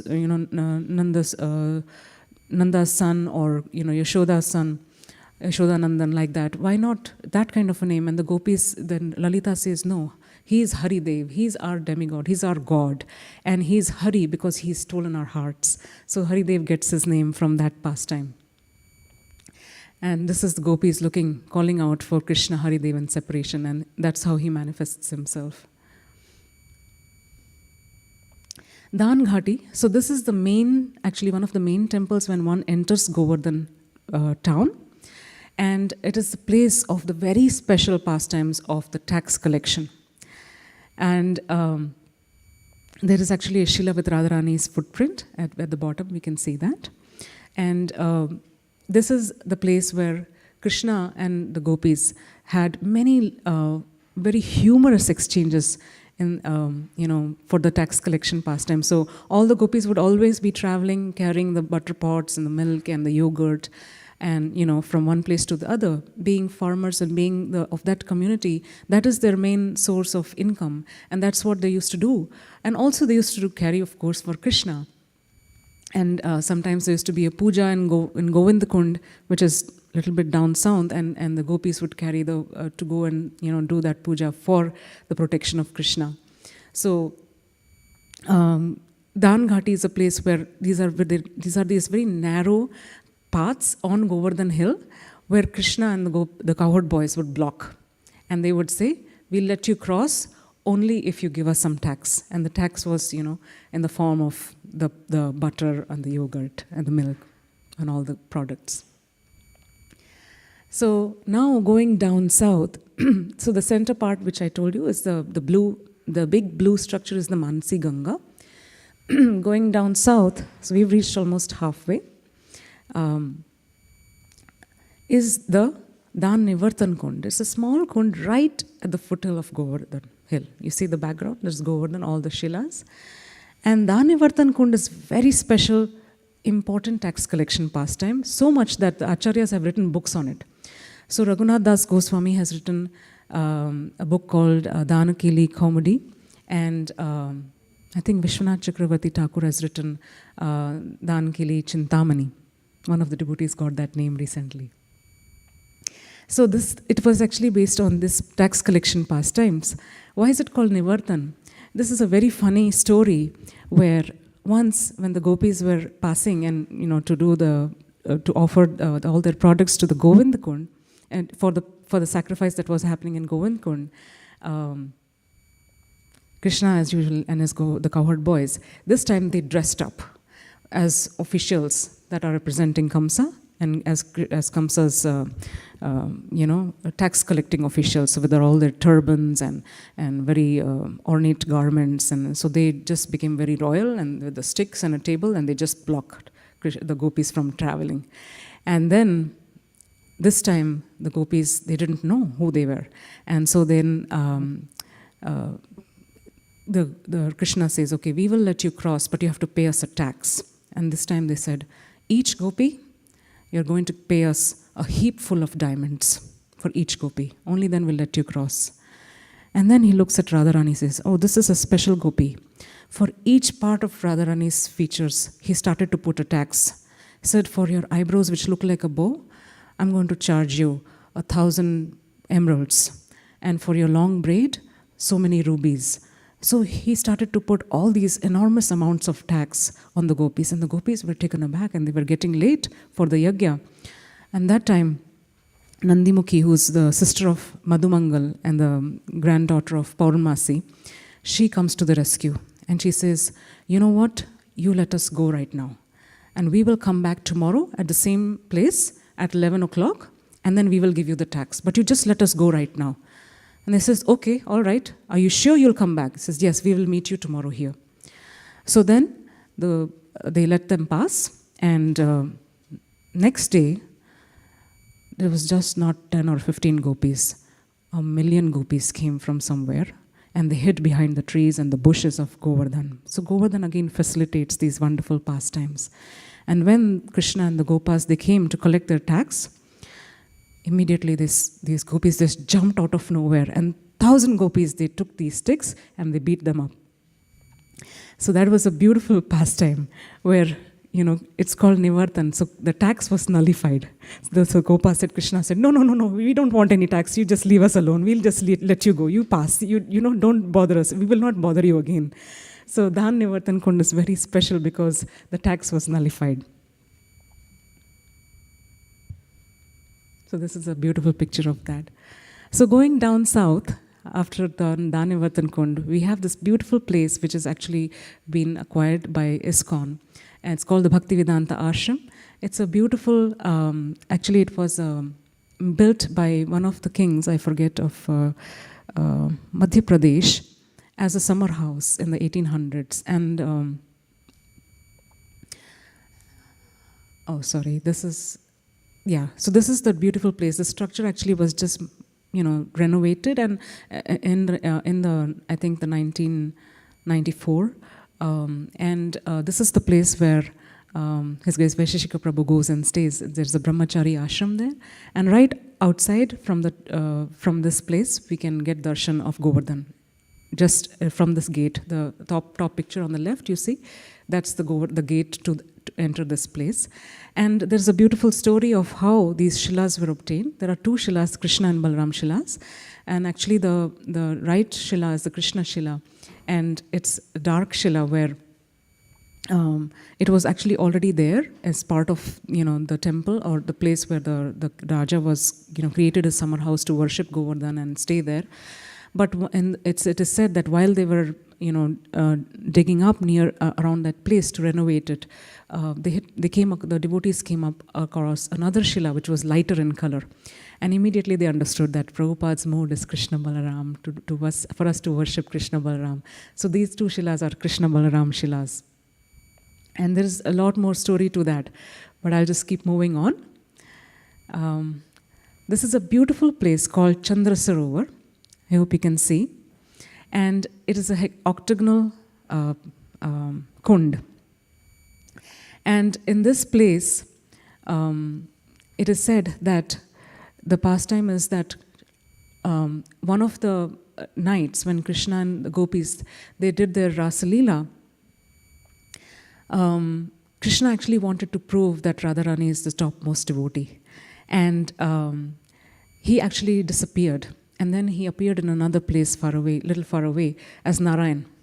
And so when the gopis went looking for him, there's this beautiful pastime we've heard many times, that they just said, Om Namo Narayana, and they just go on, right? They could not recognize this Krishna. But it was only Radharani, when Radharani came looking, that where is Krishna? And Krishna could not stay in his Narayan form. He just kept slipping back into the two-handed form with his peacock feather and the flute. And that immediately the other gopis, they understood that the topmost position of Radharani. And this place has also a place of Rasa Lila, and it is said that for one entire night of Brahma, which is also the day of Brahma, it's a very long time, all the demigods, they always come and they shower the place with flowers, wherever the Rasa Lila is going on. And Chandra, the moon god, he stayed bright for the entire night of Brahma. And actually, many moons, moon gods come and go in that time frame. But because the time is, is in Goloka Vrindavan and Govardhan, which is actually direct expansion of that place, there is no concept of time. So Chandra stayed, fully bright, and they lived for that many years of Brahma. They did not have to take birth again and again. And he, out of his tears that he saw the beautiful pastime of Radha and Krishna, this Sarovar, this lake was formed. So it's called Chandra Sarovar. And it is a very important place for the Vallabhacharya Sampradaya. And also the Surdas, one of the important devotees who composed many bhajans, this was his place of samadhi as well. So moving on quickly, because I do want to save some time for comments if needed. This is Annakut Kshetra or Aniur, and also the Balram Dauji Mandir. This is also a deity that was installed by Vajrana. And this is the place, exactly the place where actually the Annakut pastime, the pastime of all the Vrajavasis offering large amounts of bhoga to the Govardhan hill. And in the Govardhan hill, them seeing Krishna is manifest. This is actually a village called the Aniur village, where Govardhan says, give me more, Aniur. Right? So this is that place. And very close to that place is the place where Madhavendra Puri, as is mentioned in the scriptures, found the deity of Gopal Rai. and that deity was installed on the top of the hill. And there's a very mystical pastime of how Chaitanya Mahaprabhu wanted to have darshan, but he couldn't. And it's mentioned in the Madhya Lila of Chaitanya Charitamrita that he, by the mystical power of Gopal deity, there was a fear or that there's going to be an attack by Aurangzeb, and so Gopal himself came down from the hill, and it was taken to a nearby village called Gantholi, and we will cover about that in the next session. But Chaitanya Mahaprabhu got the darshan of the Gopal deity, so it's a very beautiful pastime. Down south is the Govind Kund, is actually the biggest kund, and it is the most important place because as the name suggests, it's the place where Krishna was bathed by the Surabhi cow after the Lila of Indra's being forgiven and Abhishek done by Surabhi, Mother Surabhi. And lot of denizens of the heavenly planets and they came in this place, and this is also the place of the seat where Krishna was coronated as by the Brajvasis, because when this whole pastime happened, the Gopas, they see, oh, Krishna is being respected. We don't know who this multiple-headed person is. They don't know who this multiple-headed elephant is and who these cows are. Who are these personalities? So they go and tell the Brajvasis, the Nanda Maharaj and all the other older Brajvasis, and then they come and then they coronate Krishna as a king. So this is that beautiful place, Govind Kund. Very close to the end of that path, you see in the left, there is a picture. This is the end, the other end of Govardhan. So we have covered the whole right side, half the Parikrama. And at that place is a place, there's a place called the Narsimhadev temple. It's a beautiful Narsimhadev deity, and the devotees, where Shishika Prabhu actually has also in his past taken devotees there, and also there are videos where he takes blessings of Narsimhadev. And from that temple, actually it's a little bit on the hill, so you get a panoramic view of the Gopal temple, and also the next two kundas, which are the Apsara Kund and the Naval Kund, from that temple. So it's a very beautiful place also.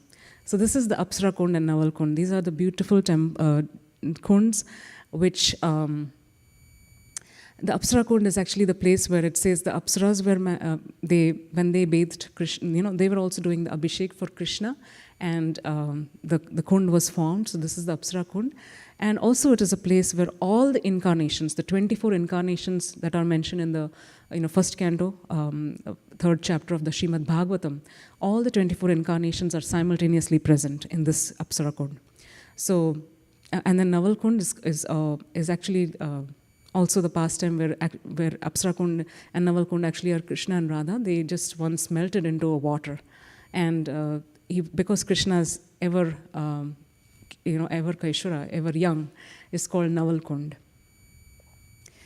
And the last stop for this session is Puchri Kalota Baba. This is a very beautiful pastime. When this is a temple of this cowherd boy, and he's called Lotha Baba because in Hindi there's a word called lathi to say the stick. So when Krishna was lifting the Govardhan hill, many of the cowherd men, they thought they should help Krishna to lift. So they put their sticks to support him, to support the Govardhan hill. And Lotha Baba, he had the thickest stick.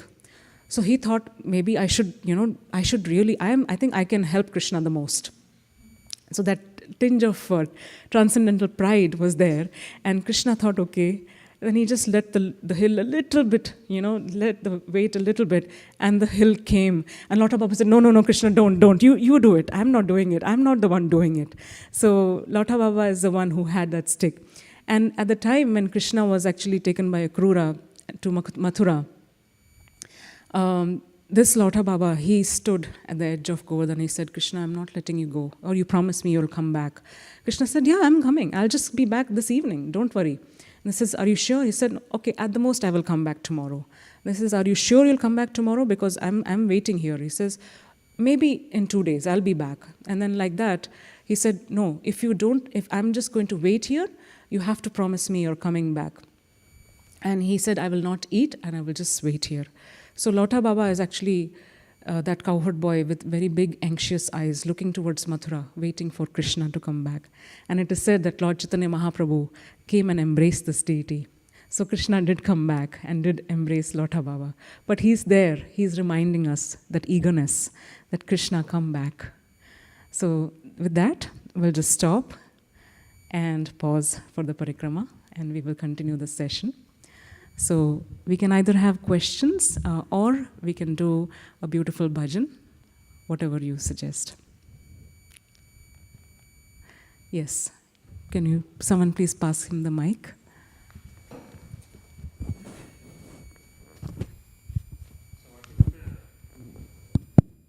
Total distance around the hill? So the small parikrama, which is very close, is 21 kilometers. 21. Yes. And you said the top we have a Krishna Mandir. Yes. So, But we cannot go there because daily Abhishekam will happen by. Yes, there is a sampradaya of devotees who take care of that, and then so they are in a different, like they are Brajavasis. So obviously they are much more exalted than us, and they have that coming in their parampara. They have the permission to go on top of the hill, and after coming down, there is a place called Dandavat Shila, which is on the other side of the hill, which we will cover in the next session. They offer dandavats and they do ask for forgiveness for climbing on top of the hill. So there is actually a process where that deity worship is continued by some very special devotees. Yes. Thank you for your lecture. It gave us the glimpse, right? We were there, right, when you do the lecture. Thank you, Mataji. Thank you very much, Prabhu. Any other questions? Comments? Okay, since we have 10 minutes, we can have a bhajan. It's a beautiful bhajan that was written by Raghunath Das Goswami. And Raghunath Das Goswami actually resided on the Radha Kund, which we will also talk about next time. And so Nitai will sing and we can follow along. Sing together? Okay, so we can all sing together with him. So he will just show us and we can follow along. It's a very nice and simple tune. And it's actually called Govardhana Vasaprada Dashakam, which means the desire, or the prayer to Lord Govardhan, to Govardhan, that O Govardhan, please let us reside near you. Prabhu, can you please activate that mic?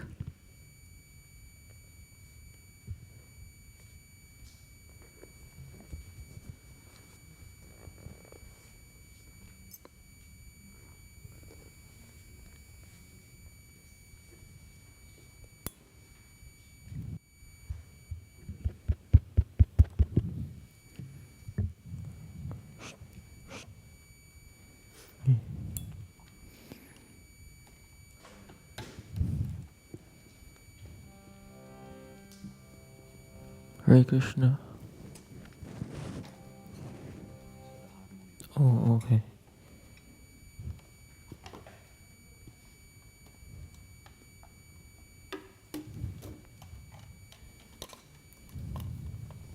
Prabhu, you want to play harmony?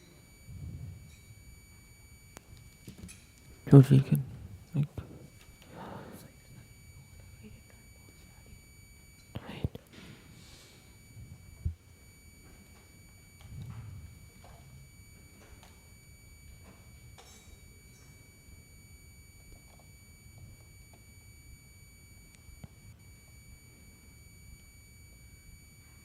You can just leave it on top.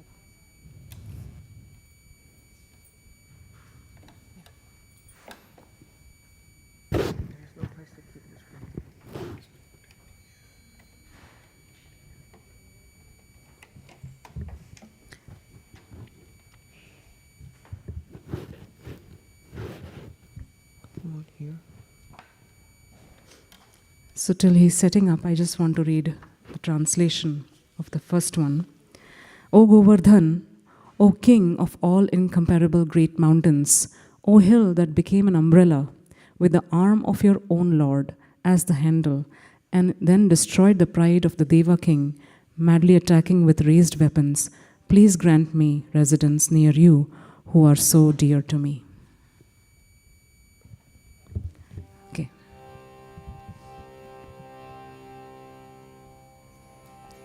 Nijapati bujadanda chatra bhavam prapadya pratihatamata drishto danda devendra garva atula pritula shaila shreni bhupa priyam me nija nikata nivasam dehi govardhanatvam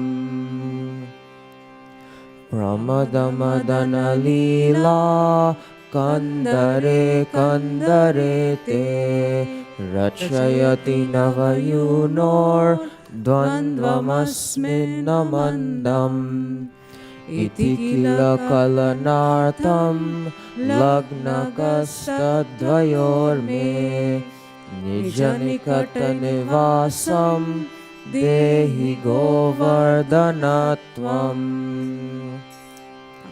Anupama Manivedi Ratna Simhasanorvi Ruhajaradharasanu Droni Sangheshu Rangai Sahabala Sakibhi Sang Khelayan Svapriyam Me Nijanikata Nivasam Dehi Govardhanatvam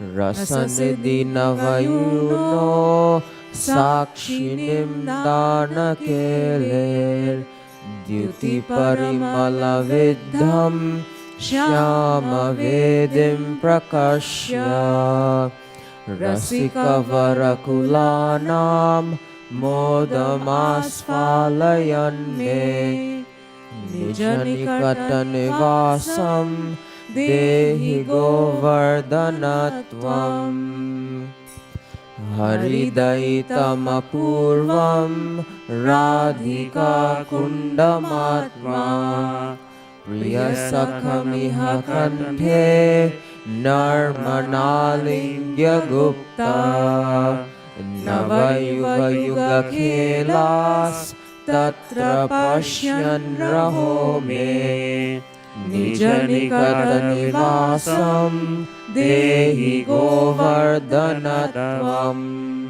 Stala Jalatala Shashper Bhuruhachayayacha Pratipadam Anukalam Hanta Samvardhayanva Trijagati Nijagotram Sarthakam Khyapayan Me Nijanikata Nivasam Dehi Govardhanatvam Surapati Krita Dirgha Drohato Ghosha Raksham Damanavagriha Rupas Yantare Kurvataiva Agabakari Punochair Dattamana Drutam Me Nijanikata Nivasam Dehi Govardhanatvam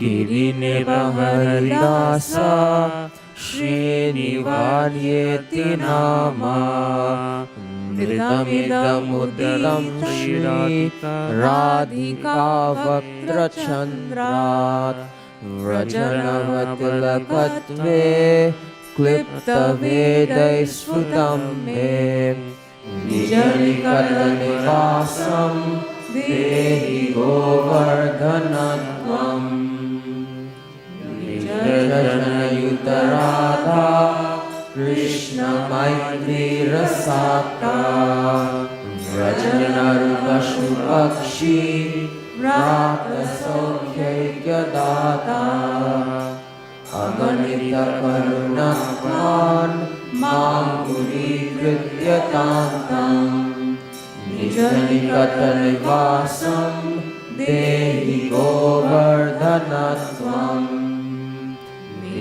परिकरुणेन श्रीसचिनन्दनेन त्वय्यप्रतिशतोऽपि त्वत्प्रियेणार्पितोऽस्मि इति खलु मम योग्या योग्यतां माम् अगृह्णन् निजनिकटनिवासं देहि गोवर्धन त्वम् रसरतशकमस्य शीलगोवर्धनस्य क्षितिधरकुलभर्तुर्या प्रयत्नादधीते ससपदि सुखदेस्मिन् वासमासाद्य साक्षात् शुभदयुगलसेवा रत्नमामोदितूर्णम् निजनिकटनिवासं देहि गोवर्धनत्वम्.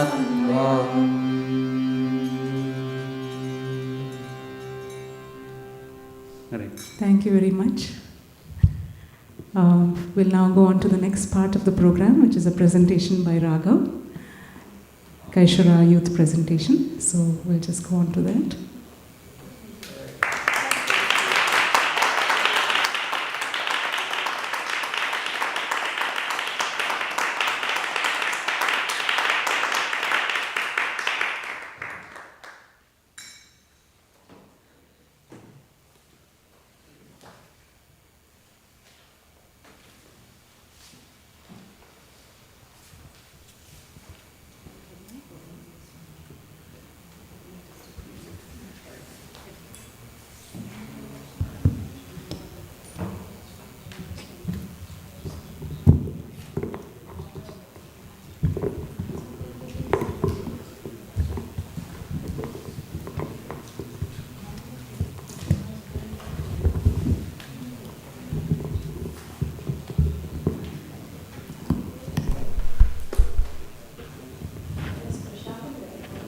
Hello.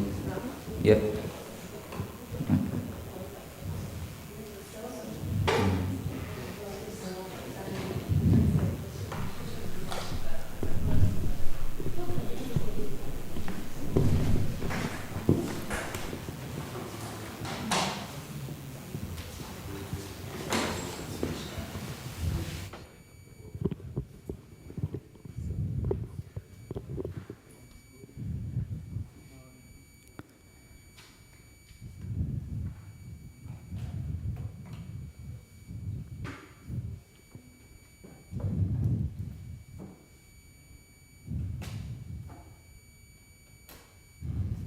So we have Raghav today presenting on developing spiritual grit and resisting material temptations. Go ahead, Raghav. Hare Krishna. My name is Raghav Bardawaj, and as Mataji said, I shall be presenting on the topic of developing spiritual grit and resisting material temptations. To develop spiritual grit, you don't need to have a certain material background. You don't need to be a brahmana or be born in a family of devotees.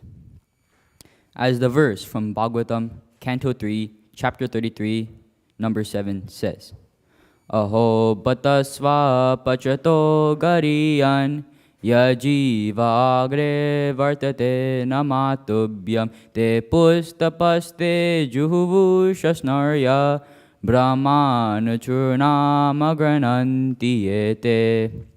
Even people who are born in low-class families, such as a family of dog-eaters, if they chant the names of the Lord, they can achieve the benefits from various Vedic sacrifices or other auspicious activities. Vedic history presents many such examples of people. Mrigrari the hunter was a hunter who used to mercilessly kill animals. However, upon meeting Narada Muni, he achieved spiritual advancement. Prahlad Maharaj was born into a family of asuras, yet he was such a great devotee from birth. His Grace, Vasheshika Maharaj says, your disqualification is your biggest qualification.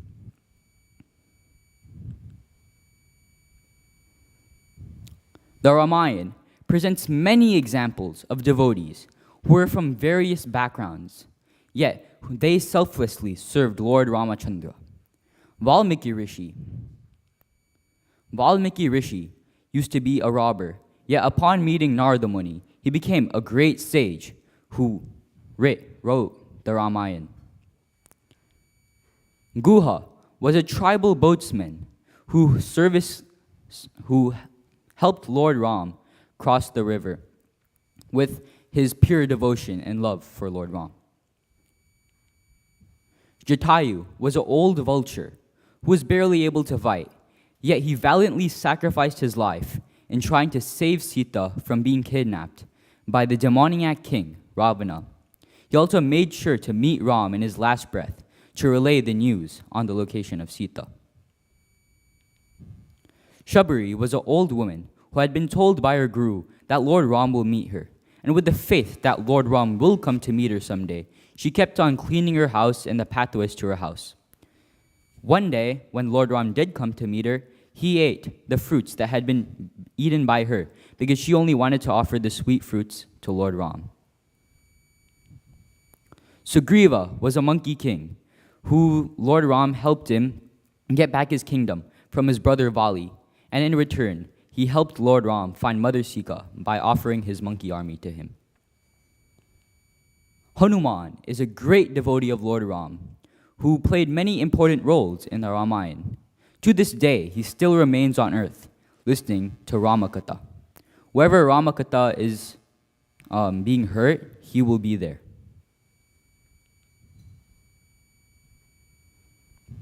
To spark determination in spiritual life, we must be given hope by somebody. And in the Ramayana, Hanuman has given hope to many people. We shall be looking upon his example. Sugriva had told his monkey army that if they don't find Sita, then he will kill them all. Once they had been told by Sampati that Lord Sita was on Lanka, which is to reach Lanka, you had to cross a 100 yojana ocean, the monkeys were devastated. They were in an utterly hopeless condition, for some monkeys were able to travel 10 yojanas, some monkeys were able to travel 20 yojanas, but the 100 yojana distant journey would be very tiring, and not many of the monkey army was able to do it. So Hanuman had provided hope to them that they can cross the ocean and save Mother Sita. Mother Sita was filled with the separation from Lord Ram, and she was in a very miserable condition. She even thought about taking her own life to escape this miserable condition. However, Hanuman reassured her that Lord Ram will come and save her from Lanka. In the battle against Ravana, Indrajit, Ravana's son, had struck Lakshman with a deadly weapon, and Lakshman was on the verge of death. Lord Ram and all of the monkeys thought it was impossible to save him. However, in one night, Hanuman traveled from Lanka to the Himalayas and brought back a hill with the Sanjeevani Bhuti, the herb that could be used to save Lakshmana.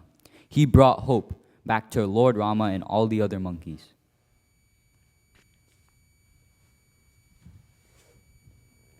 On his journey across the 100 yojana ocean, he encountered many obstructions. However, his determination and devotion to Lord Ram is what helped him persevere throughout all of these obstructions. As he was crossing the ocean, he met a mountain called Mount Menaka. Mount Menaka had offered Lord Hanuman a place to rest before he continued his tiring journey to Lanka. However, he was filled with determination and devotion to Lord Ram, and he refused such an offer. He respectfully touched Mount Menaka on the head and continued his journey.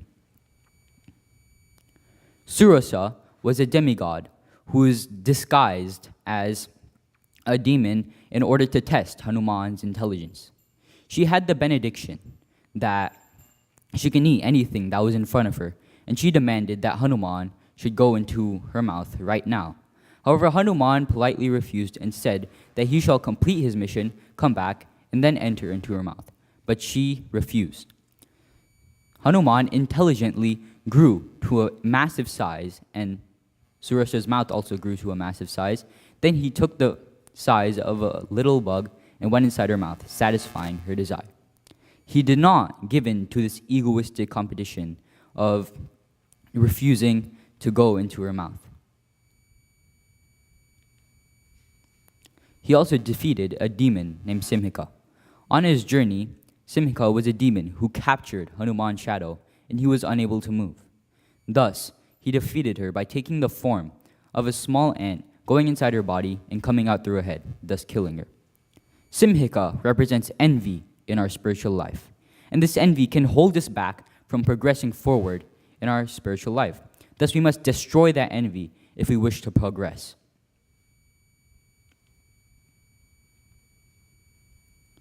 Now that we have got determination in our spiritual life, we must build onto it, we must strengthen it, and we can use the ABCDE plan. A stands for Association of Devotees. We must be surrounded by like-minded people in order to strengthen the concept of wanting to progress in our spiritual life. Reading Prabhupada's books, such as the Bhagavad Gita or the Srimad Bhagavatam, provides us with the knowledge that can help us progress in our spiritual life. Chanting the Hare Krishna Mahamantra. Chanting Hare Krishna, Krishna Krishna, Hare Hare, Hare Rama, Rama Rama, Hare Hare, can reinforce the Lord in our mind, and we will be able to think of Him always, since we are repeatedly saying His name again and again.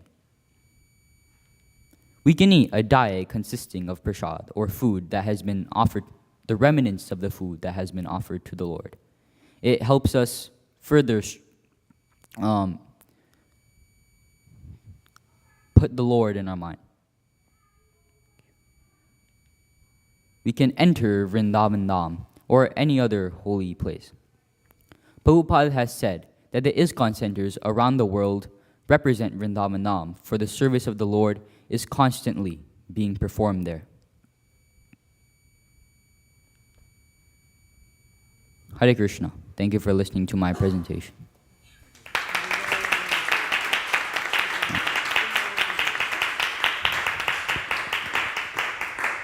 Thank you, Raghav. That was such wonderful and very nicely prepared. We can see the effort that went into that presentation. Thank you so much. And also your talk so smoothly.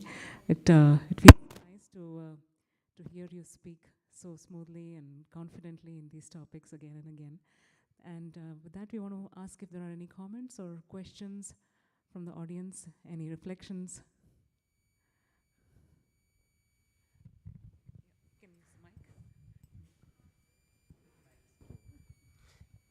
Please, you called Hanuman as a monkey. He is not monkey. He is Vanar. Vanar Jati was there at that time. So he is not. He should not be called a monkey, and others. So it is Vanar, as per Valmiki Ramayana and other Ramayanas, and even Tulsidas Ramayana. My submission is that. Thank you for pointing that out. Yeah, we are limited in our vocabulary with English. So there are many words which we don't have an exact, translation. So in the books that we study, and this is where he got it, is the book that we refer, it's translated as monkey. So that's why he used that. It's not synonym. It's not the synonym. Yeah, no, we understand. We understand. There are many words like dharma. Prabhupada also says the word dharma does not have an exact translation in English. So we try to sometimes say faith, religion, spirituality. It's all of those things together, but it's very unique, right? So, yeah, thank you so much for pointing that out. Any other questions or? Oh, yes.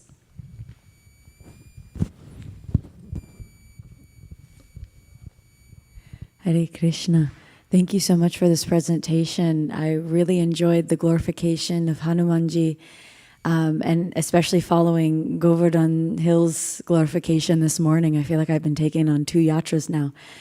But I specifically really enjoyed at the end where you're listing these qualities and you're giving examples in Shastra of different devotees who have helped.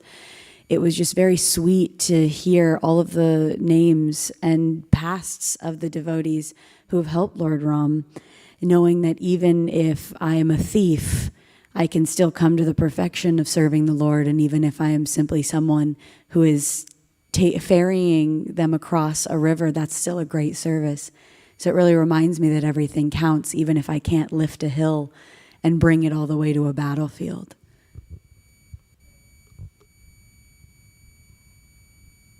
Wonderful. And yeah, just as your topic said, your presentation itself was full of spiritual grit and giving us so much hope. Thank you.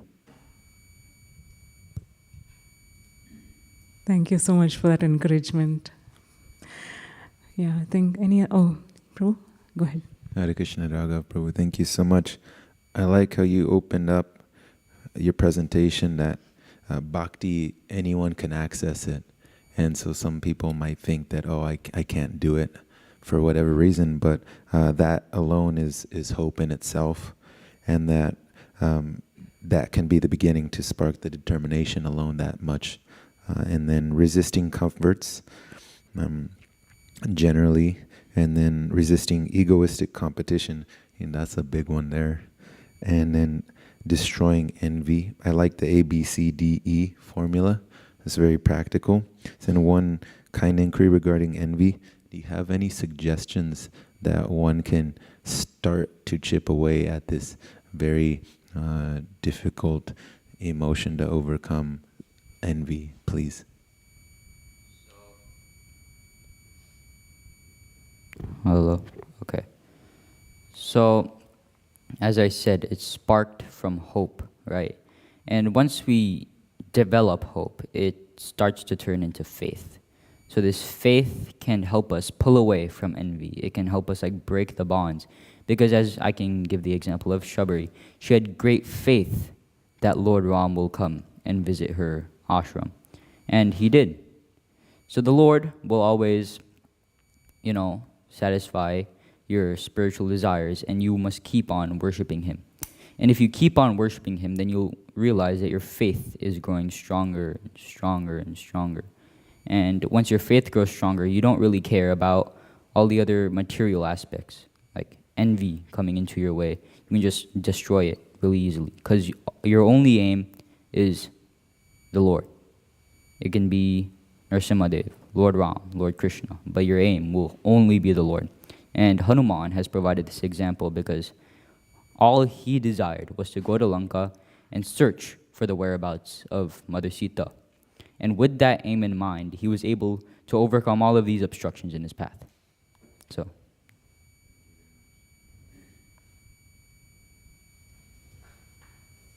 Amazing answer. Thank you, Raghav. Okay, with that, we would like to stop here. Thank you very much again, Raghav, for the wonderful presentation, and we'll now move on to the next part of the program, which is Guru Puja. So we'll just request everyone to move the asanas. Thank you. Hare Krishna. Her Grace Rasesvari Lila Mataji ki jai, Srila Prabhupada ki jai. Gaur Bhaktivinoda ki jai.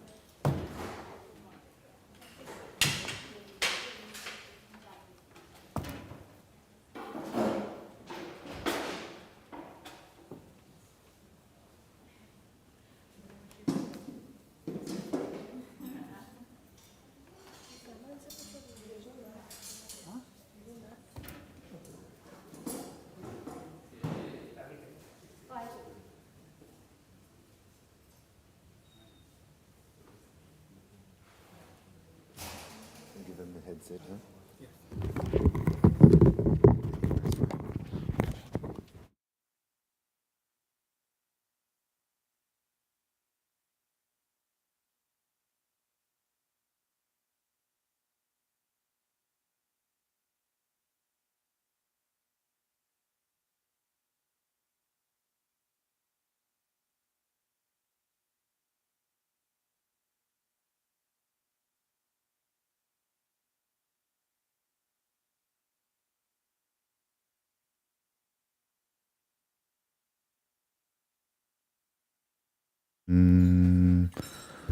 Manumapi Shatriputram Atasarupam Sri Rupam Tasya Jagram Urupurim Maturim Gaustada Vitim Radha Kundam Girigovanam Haroradika Madhavasham Prapto Yasya Pratita Kripaya Shigrum Tamonotosmin He Guru Gyanadadina Bando Svananda Data Puranika Sindhu Vrindavana Sinahitavatara Prasida Radha Pranaya Pachara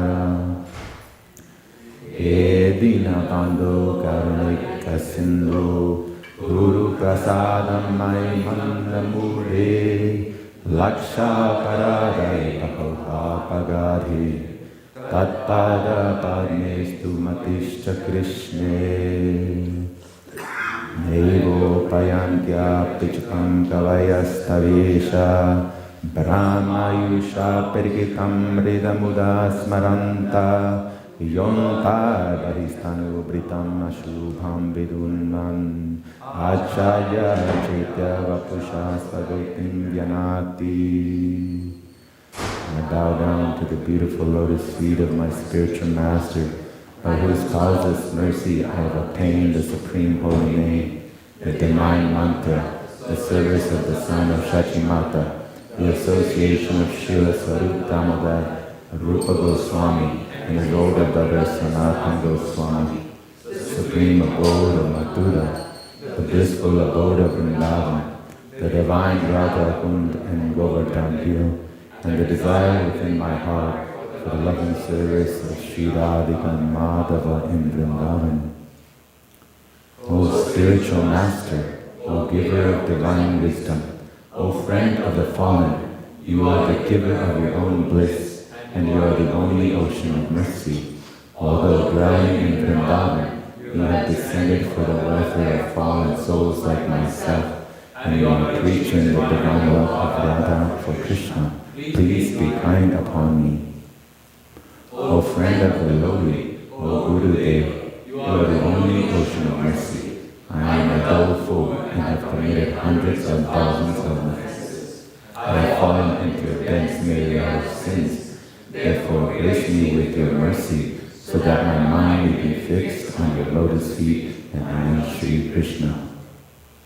O my Lord, transcendental poets and experts in spiritual science cannot fully express their indebtedness to you, even if they were endowed with the prolonged lifetime of Brahma, for you appear in two features, externally as the Acharya and internally as the Super Soul, to deliver the embodied living being by directing him how to come to you. The lotus feet of our spiritual master are the only way by which we can attain pure devotional service. I bow to his lotus feet with great awe and reverence. By his grace, one can cross the ocean of material suffering and obtain the mercy of Krishna. Our only wish is to have our consciousness purified by the words emanating from his lotus mouth. Attachment to his lotus feet is a perfection that fulfills all desires. He opens our darkened eyes and fills our hearts with transcendental knowledge. He is our Lord, birth after birth. From him ecstatic prana emanates. By him ignorance is destroyed. The Vedic scriptures sing of his character. The spiritual master is the ocean of mercy, the friend of the poor, and the Lord and master of the devotees. O Master, be merciful unto us. Give us the shade of your lotus feet. Your praise may all over the three worlds.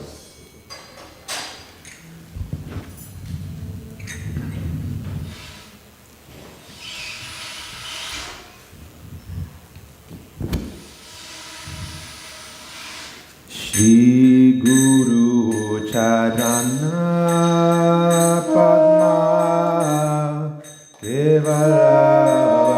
Kevalavakati Sadma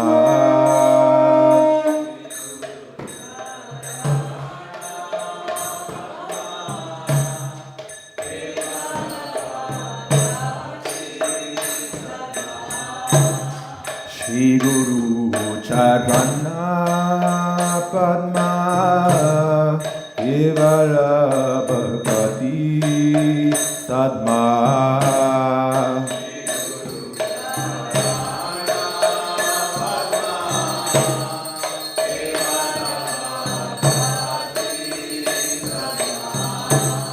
Bandon mo isabadana mate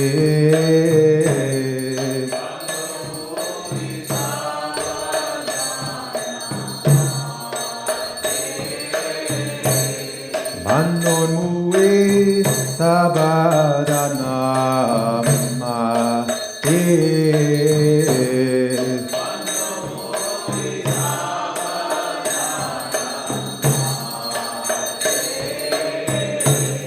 Yahada prasadi bai Ibavaturiya Yahai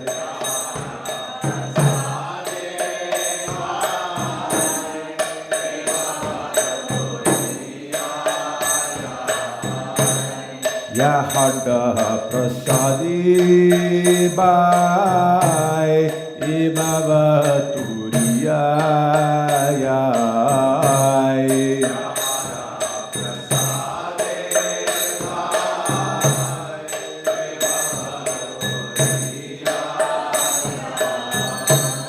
Krishna prapti hoya hoite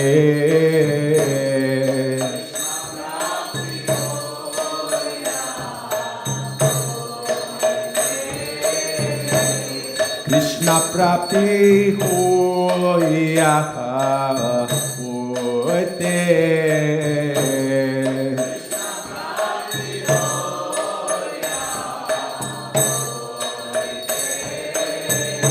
Next brother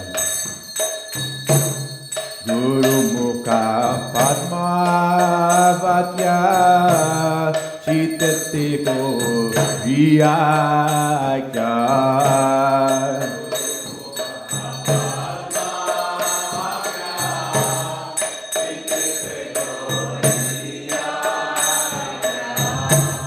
Guru Mukha Padma Vatya Chitati Goriyakya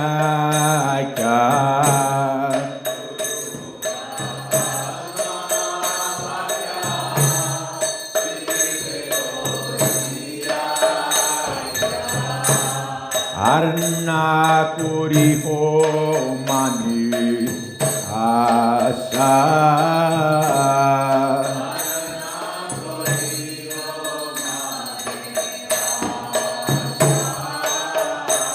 Arna Kuri Ho Mani Asha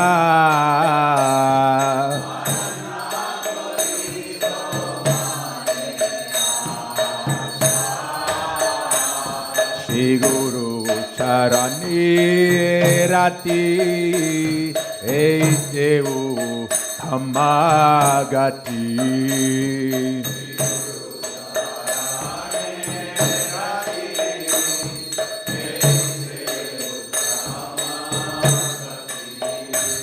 Shri Guru Charani Rati Eisevu Dhammagati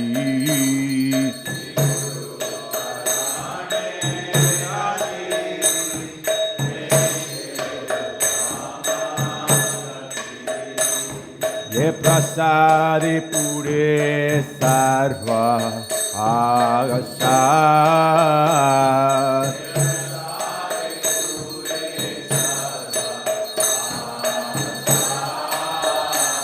Ye prasadi pure sarva asha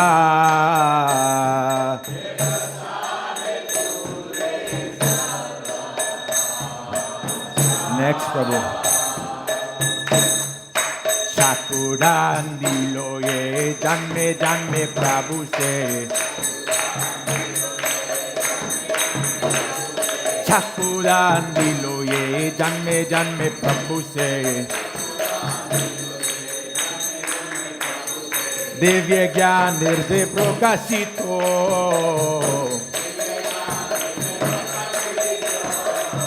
Devi gyan nirde prokashito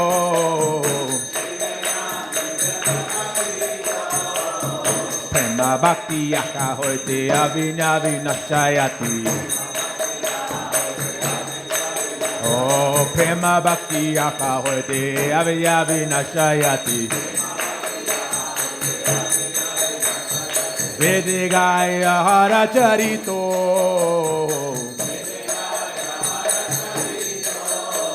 O Vedigaya haracharito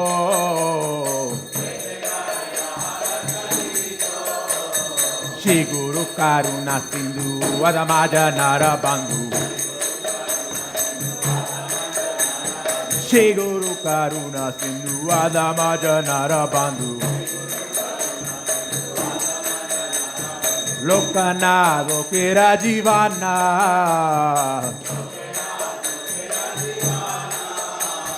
Lokana Lokera Jivana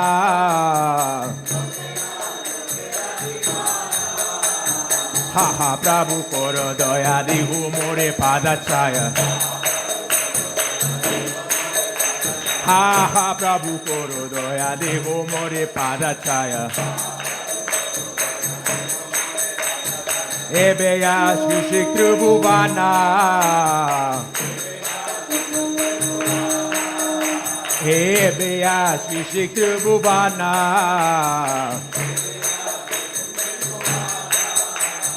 Ha ha Prabhu Koro Doya Devo More Padachaya Ha ha Prabhu Koro Doya Devo More Padachaya Ebeya Shri Tribhuvana Jaya Prabhupada Patita Pavana Jaya Prabhupada Prabhupada Prabhupada Jaya Prabhupada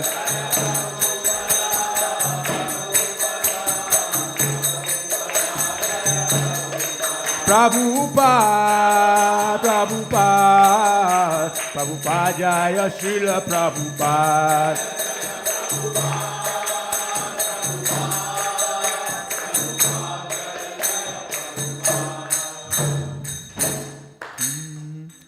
Namo Vishnu Padaya Krishna Prishtaya Bhutale Mate Bhakti Vedanta Swami Niti Namine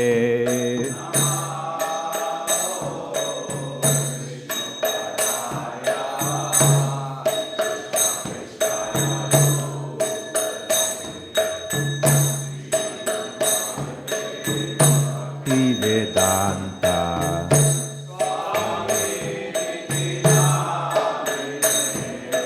Namaste Sarasvati Devi Gauravani Pracharini Nirvishesha Shunyabhari Paschatya Disha Dharine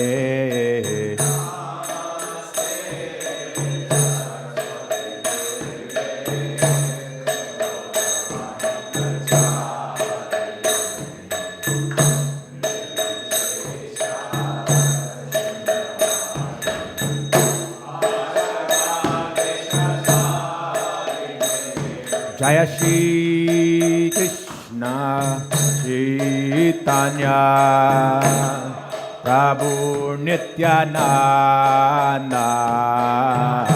Shri Advaita Gadadhar Shivasadi Gaura Bhakta Vrinda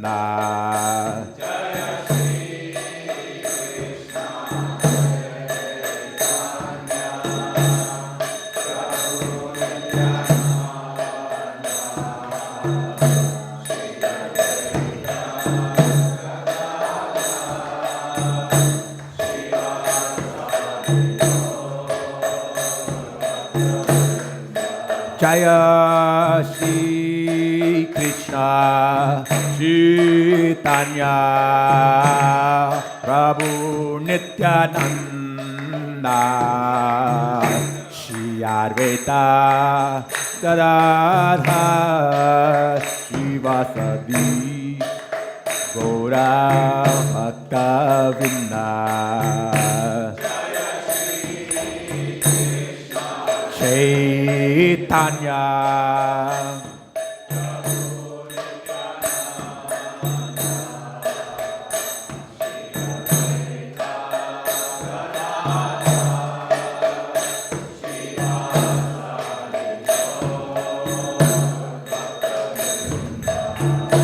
Hare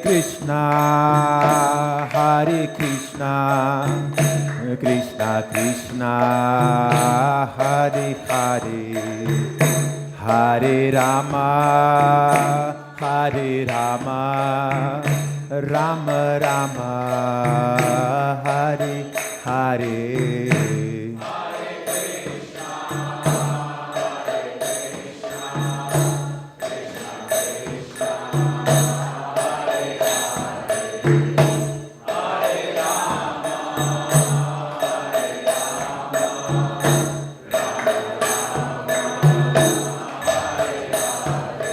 Hare Krishna Krishna Krishna Hare Hare Hare Rama Rama Rama Hare Hare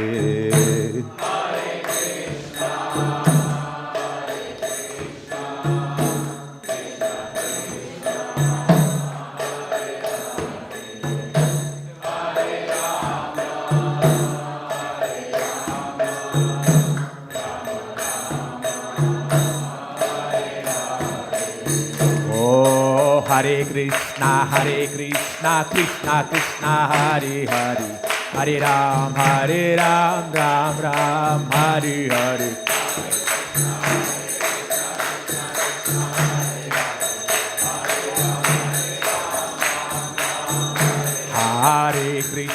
Hare Krishna, Krishna Krishna, Hare Hare, Hare Ram, Ram Ram, Hare Hare.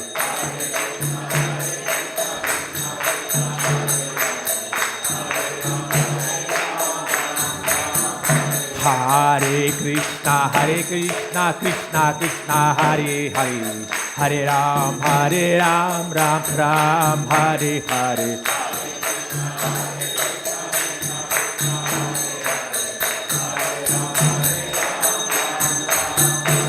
Hare Krishna, Krishna Krishna, Hare Hare, Hare Rama, Rama Rama, Hare Hare.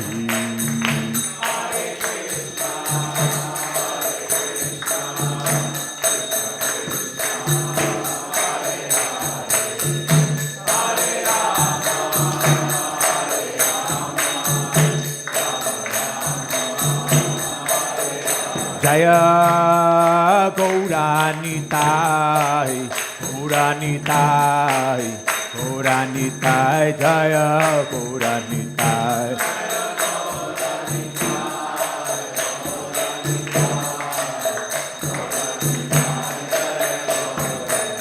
Nitai Gaura Haribo,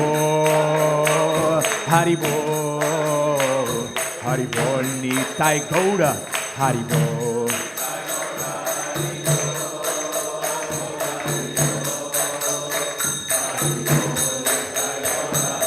Nitai Gaura Haribo,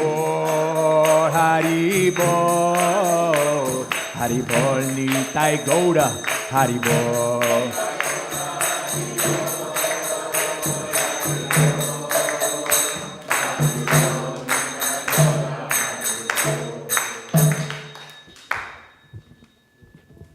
जय ओम विष्णुपाद परमहंस नित्य लीला प्रविष्ट परिव्राजकाचार्य अष्टोत्तर शतक श्रीमद ईस्टर्न ग्रेस Srila Bhakti Vedanta Swami Srila Prabhupada ki jai, ISKCON founder Acharya Srila Prabhupada ki jai, Ananta Koti Vaishnava Vrinda ki jai, Namacharya Srila Thakur Haridas ki jai. प्रेम से कहो श्री कृष्ण चैतन्य प्रभु नित्यानंद श्री अद्वैत गदाधर शिवासादि गौर भक्त वृंद की जय। श्री श्री राधा कृष्ण गोप गोपीनाथ श्याम कुंड राधा कुंड गिरि गोवर्धन धाम की जय। ब्रजभूमि श्री वृंदावन मथुरा धाम की जय। श्री नवद्वीप मायापुर धाम की जय। पुरुषोत्तम क्षेत्रम श्री जगन्नाथपुरी धाम की जय। श्री जगन्नाथ स्वामी की जय। भक्ति देवी की जय। तुलसी महारानी की जय। गंगा मैया की जय। यमुना मैया की जय। समवेत भक्त वृंद की जय। श्री हरिनाम संकीर्तन की जय। ट्रांसेंडेंटल बुक डिस्ट्रीब्यूशन की जय। गौर प्रेमानंदे हरि हरि बोल। All glories to the assembled devotees. Hare Krishna. All glories to the assembled devotees. Hare Krishna. All glories to the assembled devotees. Hare Krishna. All glories, all glories, all glories to Shri Guru and Gauranga. Srila Prabhupada ki jai.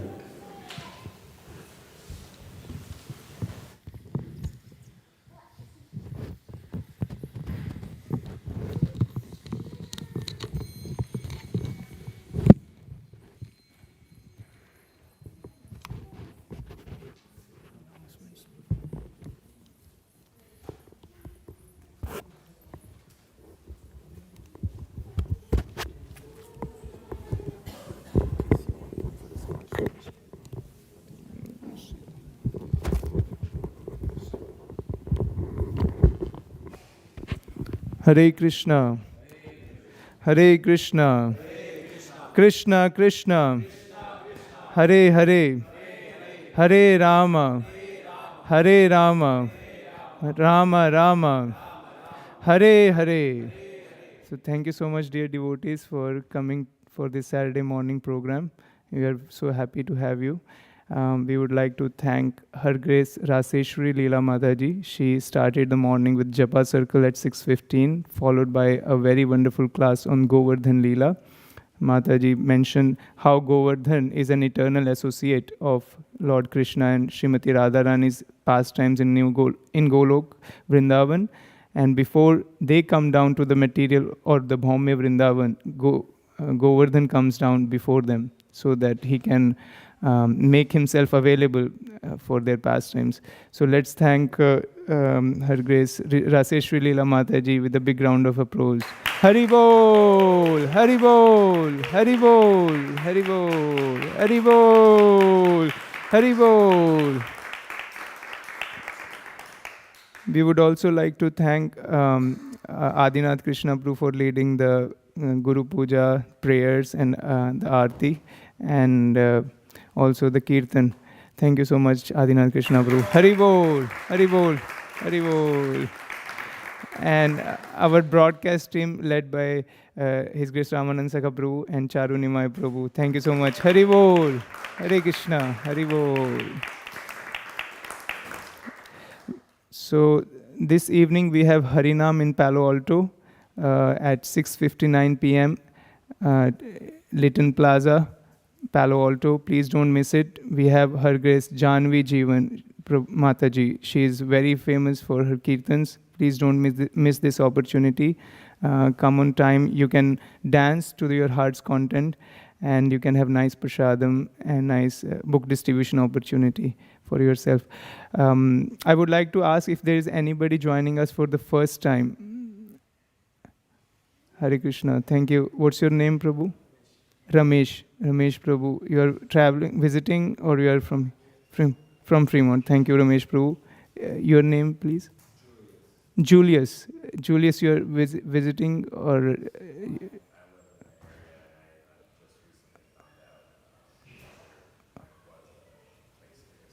Oh, thank you. Julius, Ramesh, and Vasu. Vasu, you are traveling or you from here. So we would like to thank Ramesh, Julius and Vasu for joining us. Thank you so much. We'll chant Hare Krishna Mahamantra to welcome them. Hare Krishna, Krishna Krishna, Hare Hare, Hare Rama, Rama Rama, Hare Hare. Thank you so much for joining, and we look forward to seeing you on a regular basis. Haribol. Haribol.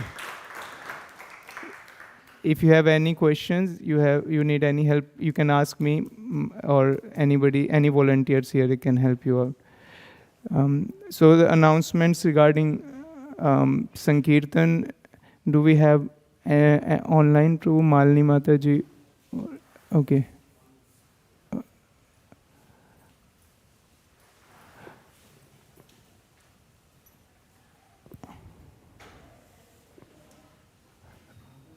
So we have, after Bhadra Purnima, we have started our book distribution marathon for the end of the year. So by Srila Prabhupada instruction, we go out and share this knowledge with everybody. We don't want to keep the best thing on the planet with ourselves only. We want to go and share this with others. So that's why we, every Saturday, every Sunday, and every weekday, you can go out and join for book distribution. So we have multiple teams going all over the Bay Area, distributing the sublime message of Bhagavad Gita, so which is 5,000 years old message of Lord Krishna, universally applicable. So if you like to join one of the teams, you can let me know. I can connect you. Do we have Malini Mataji? Okay. So she is our Sankirtan leader, and she is going to give us an update where are the teams going today for Sankirtan. Yes, Mataji.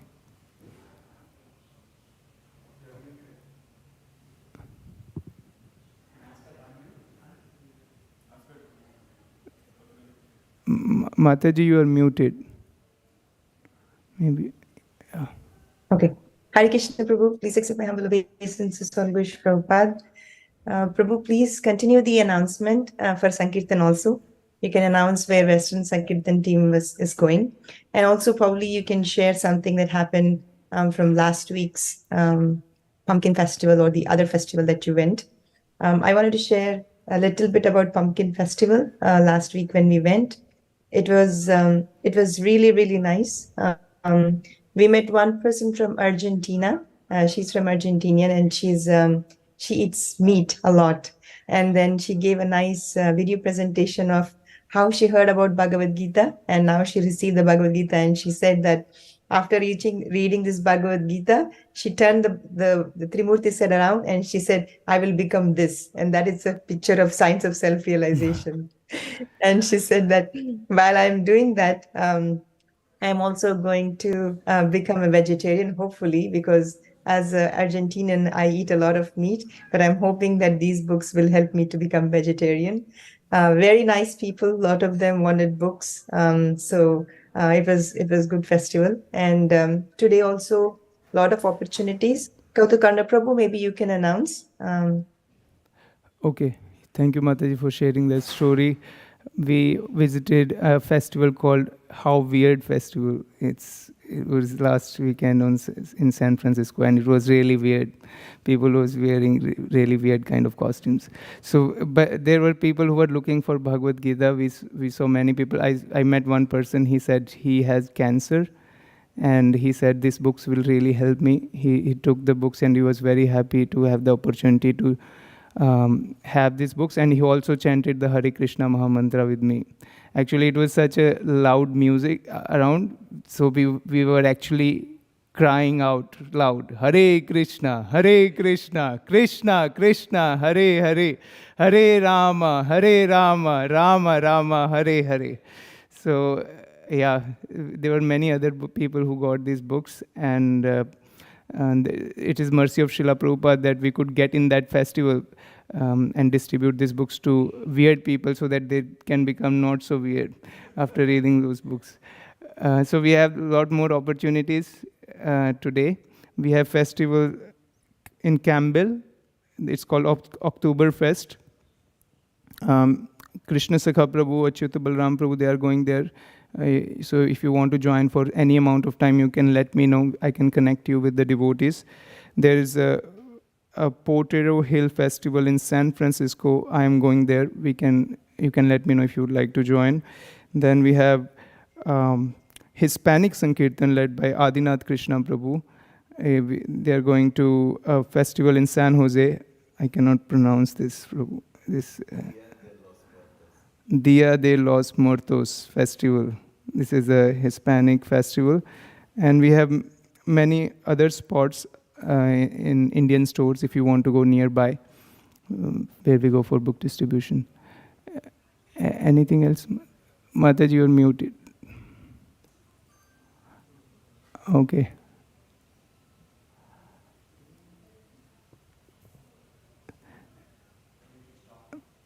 No, she's muted.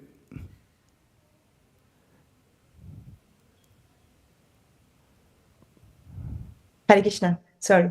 Prabhu, there is also wanted to mention that there are book tables set up in Pleasanton Indian store. Madhav Govinda Prabhu is taking a team there. And we have a book table at the India Cash and Carry here in Cupertino as well, and one in Fremont. Today there will be a lot of crowd at the Indian stores also because it's the Navaratri going on, and people are preparing for Dashara. So it will be a good opportunity to meet a lot of nice, pious people as well. So they can join. We want to distribute a lot of Bhagavad Gitas. Our goal is to distribute more than 60,000 Bhagavad Gitas for this marathon. So please join and help us in distributing these books. Thank you very much. Hare Krishna. Jai Hari Bol, Hari Bol, Hari Bol. So anybody knows the cooks for today? Oh.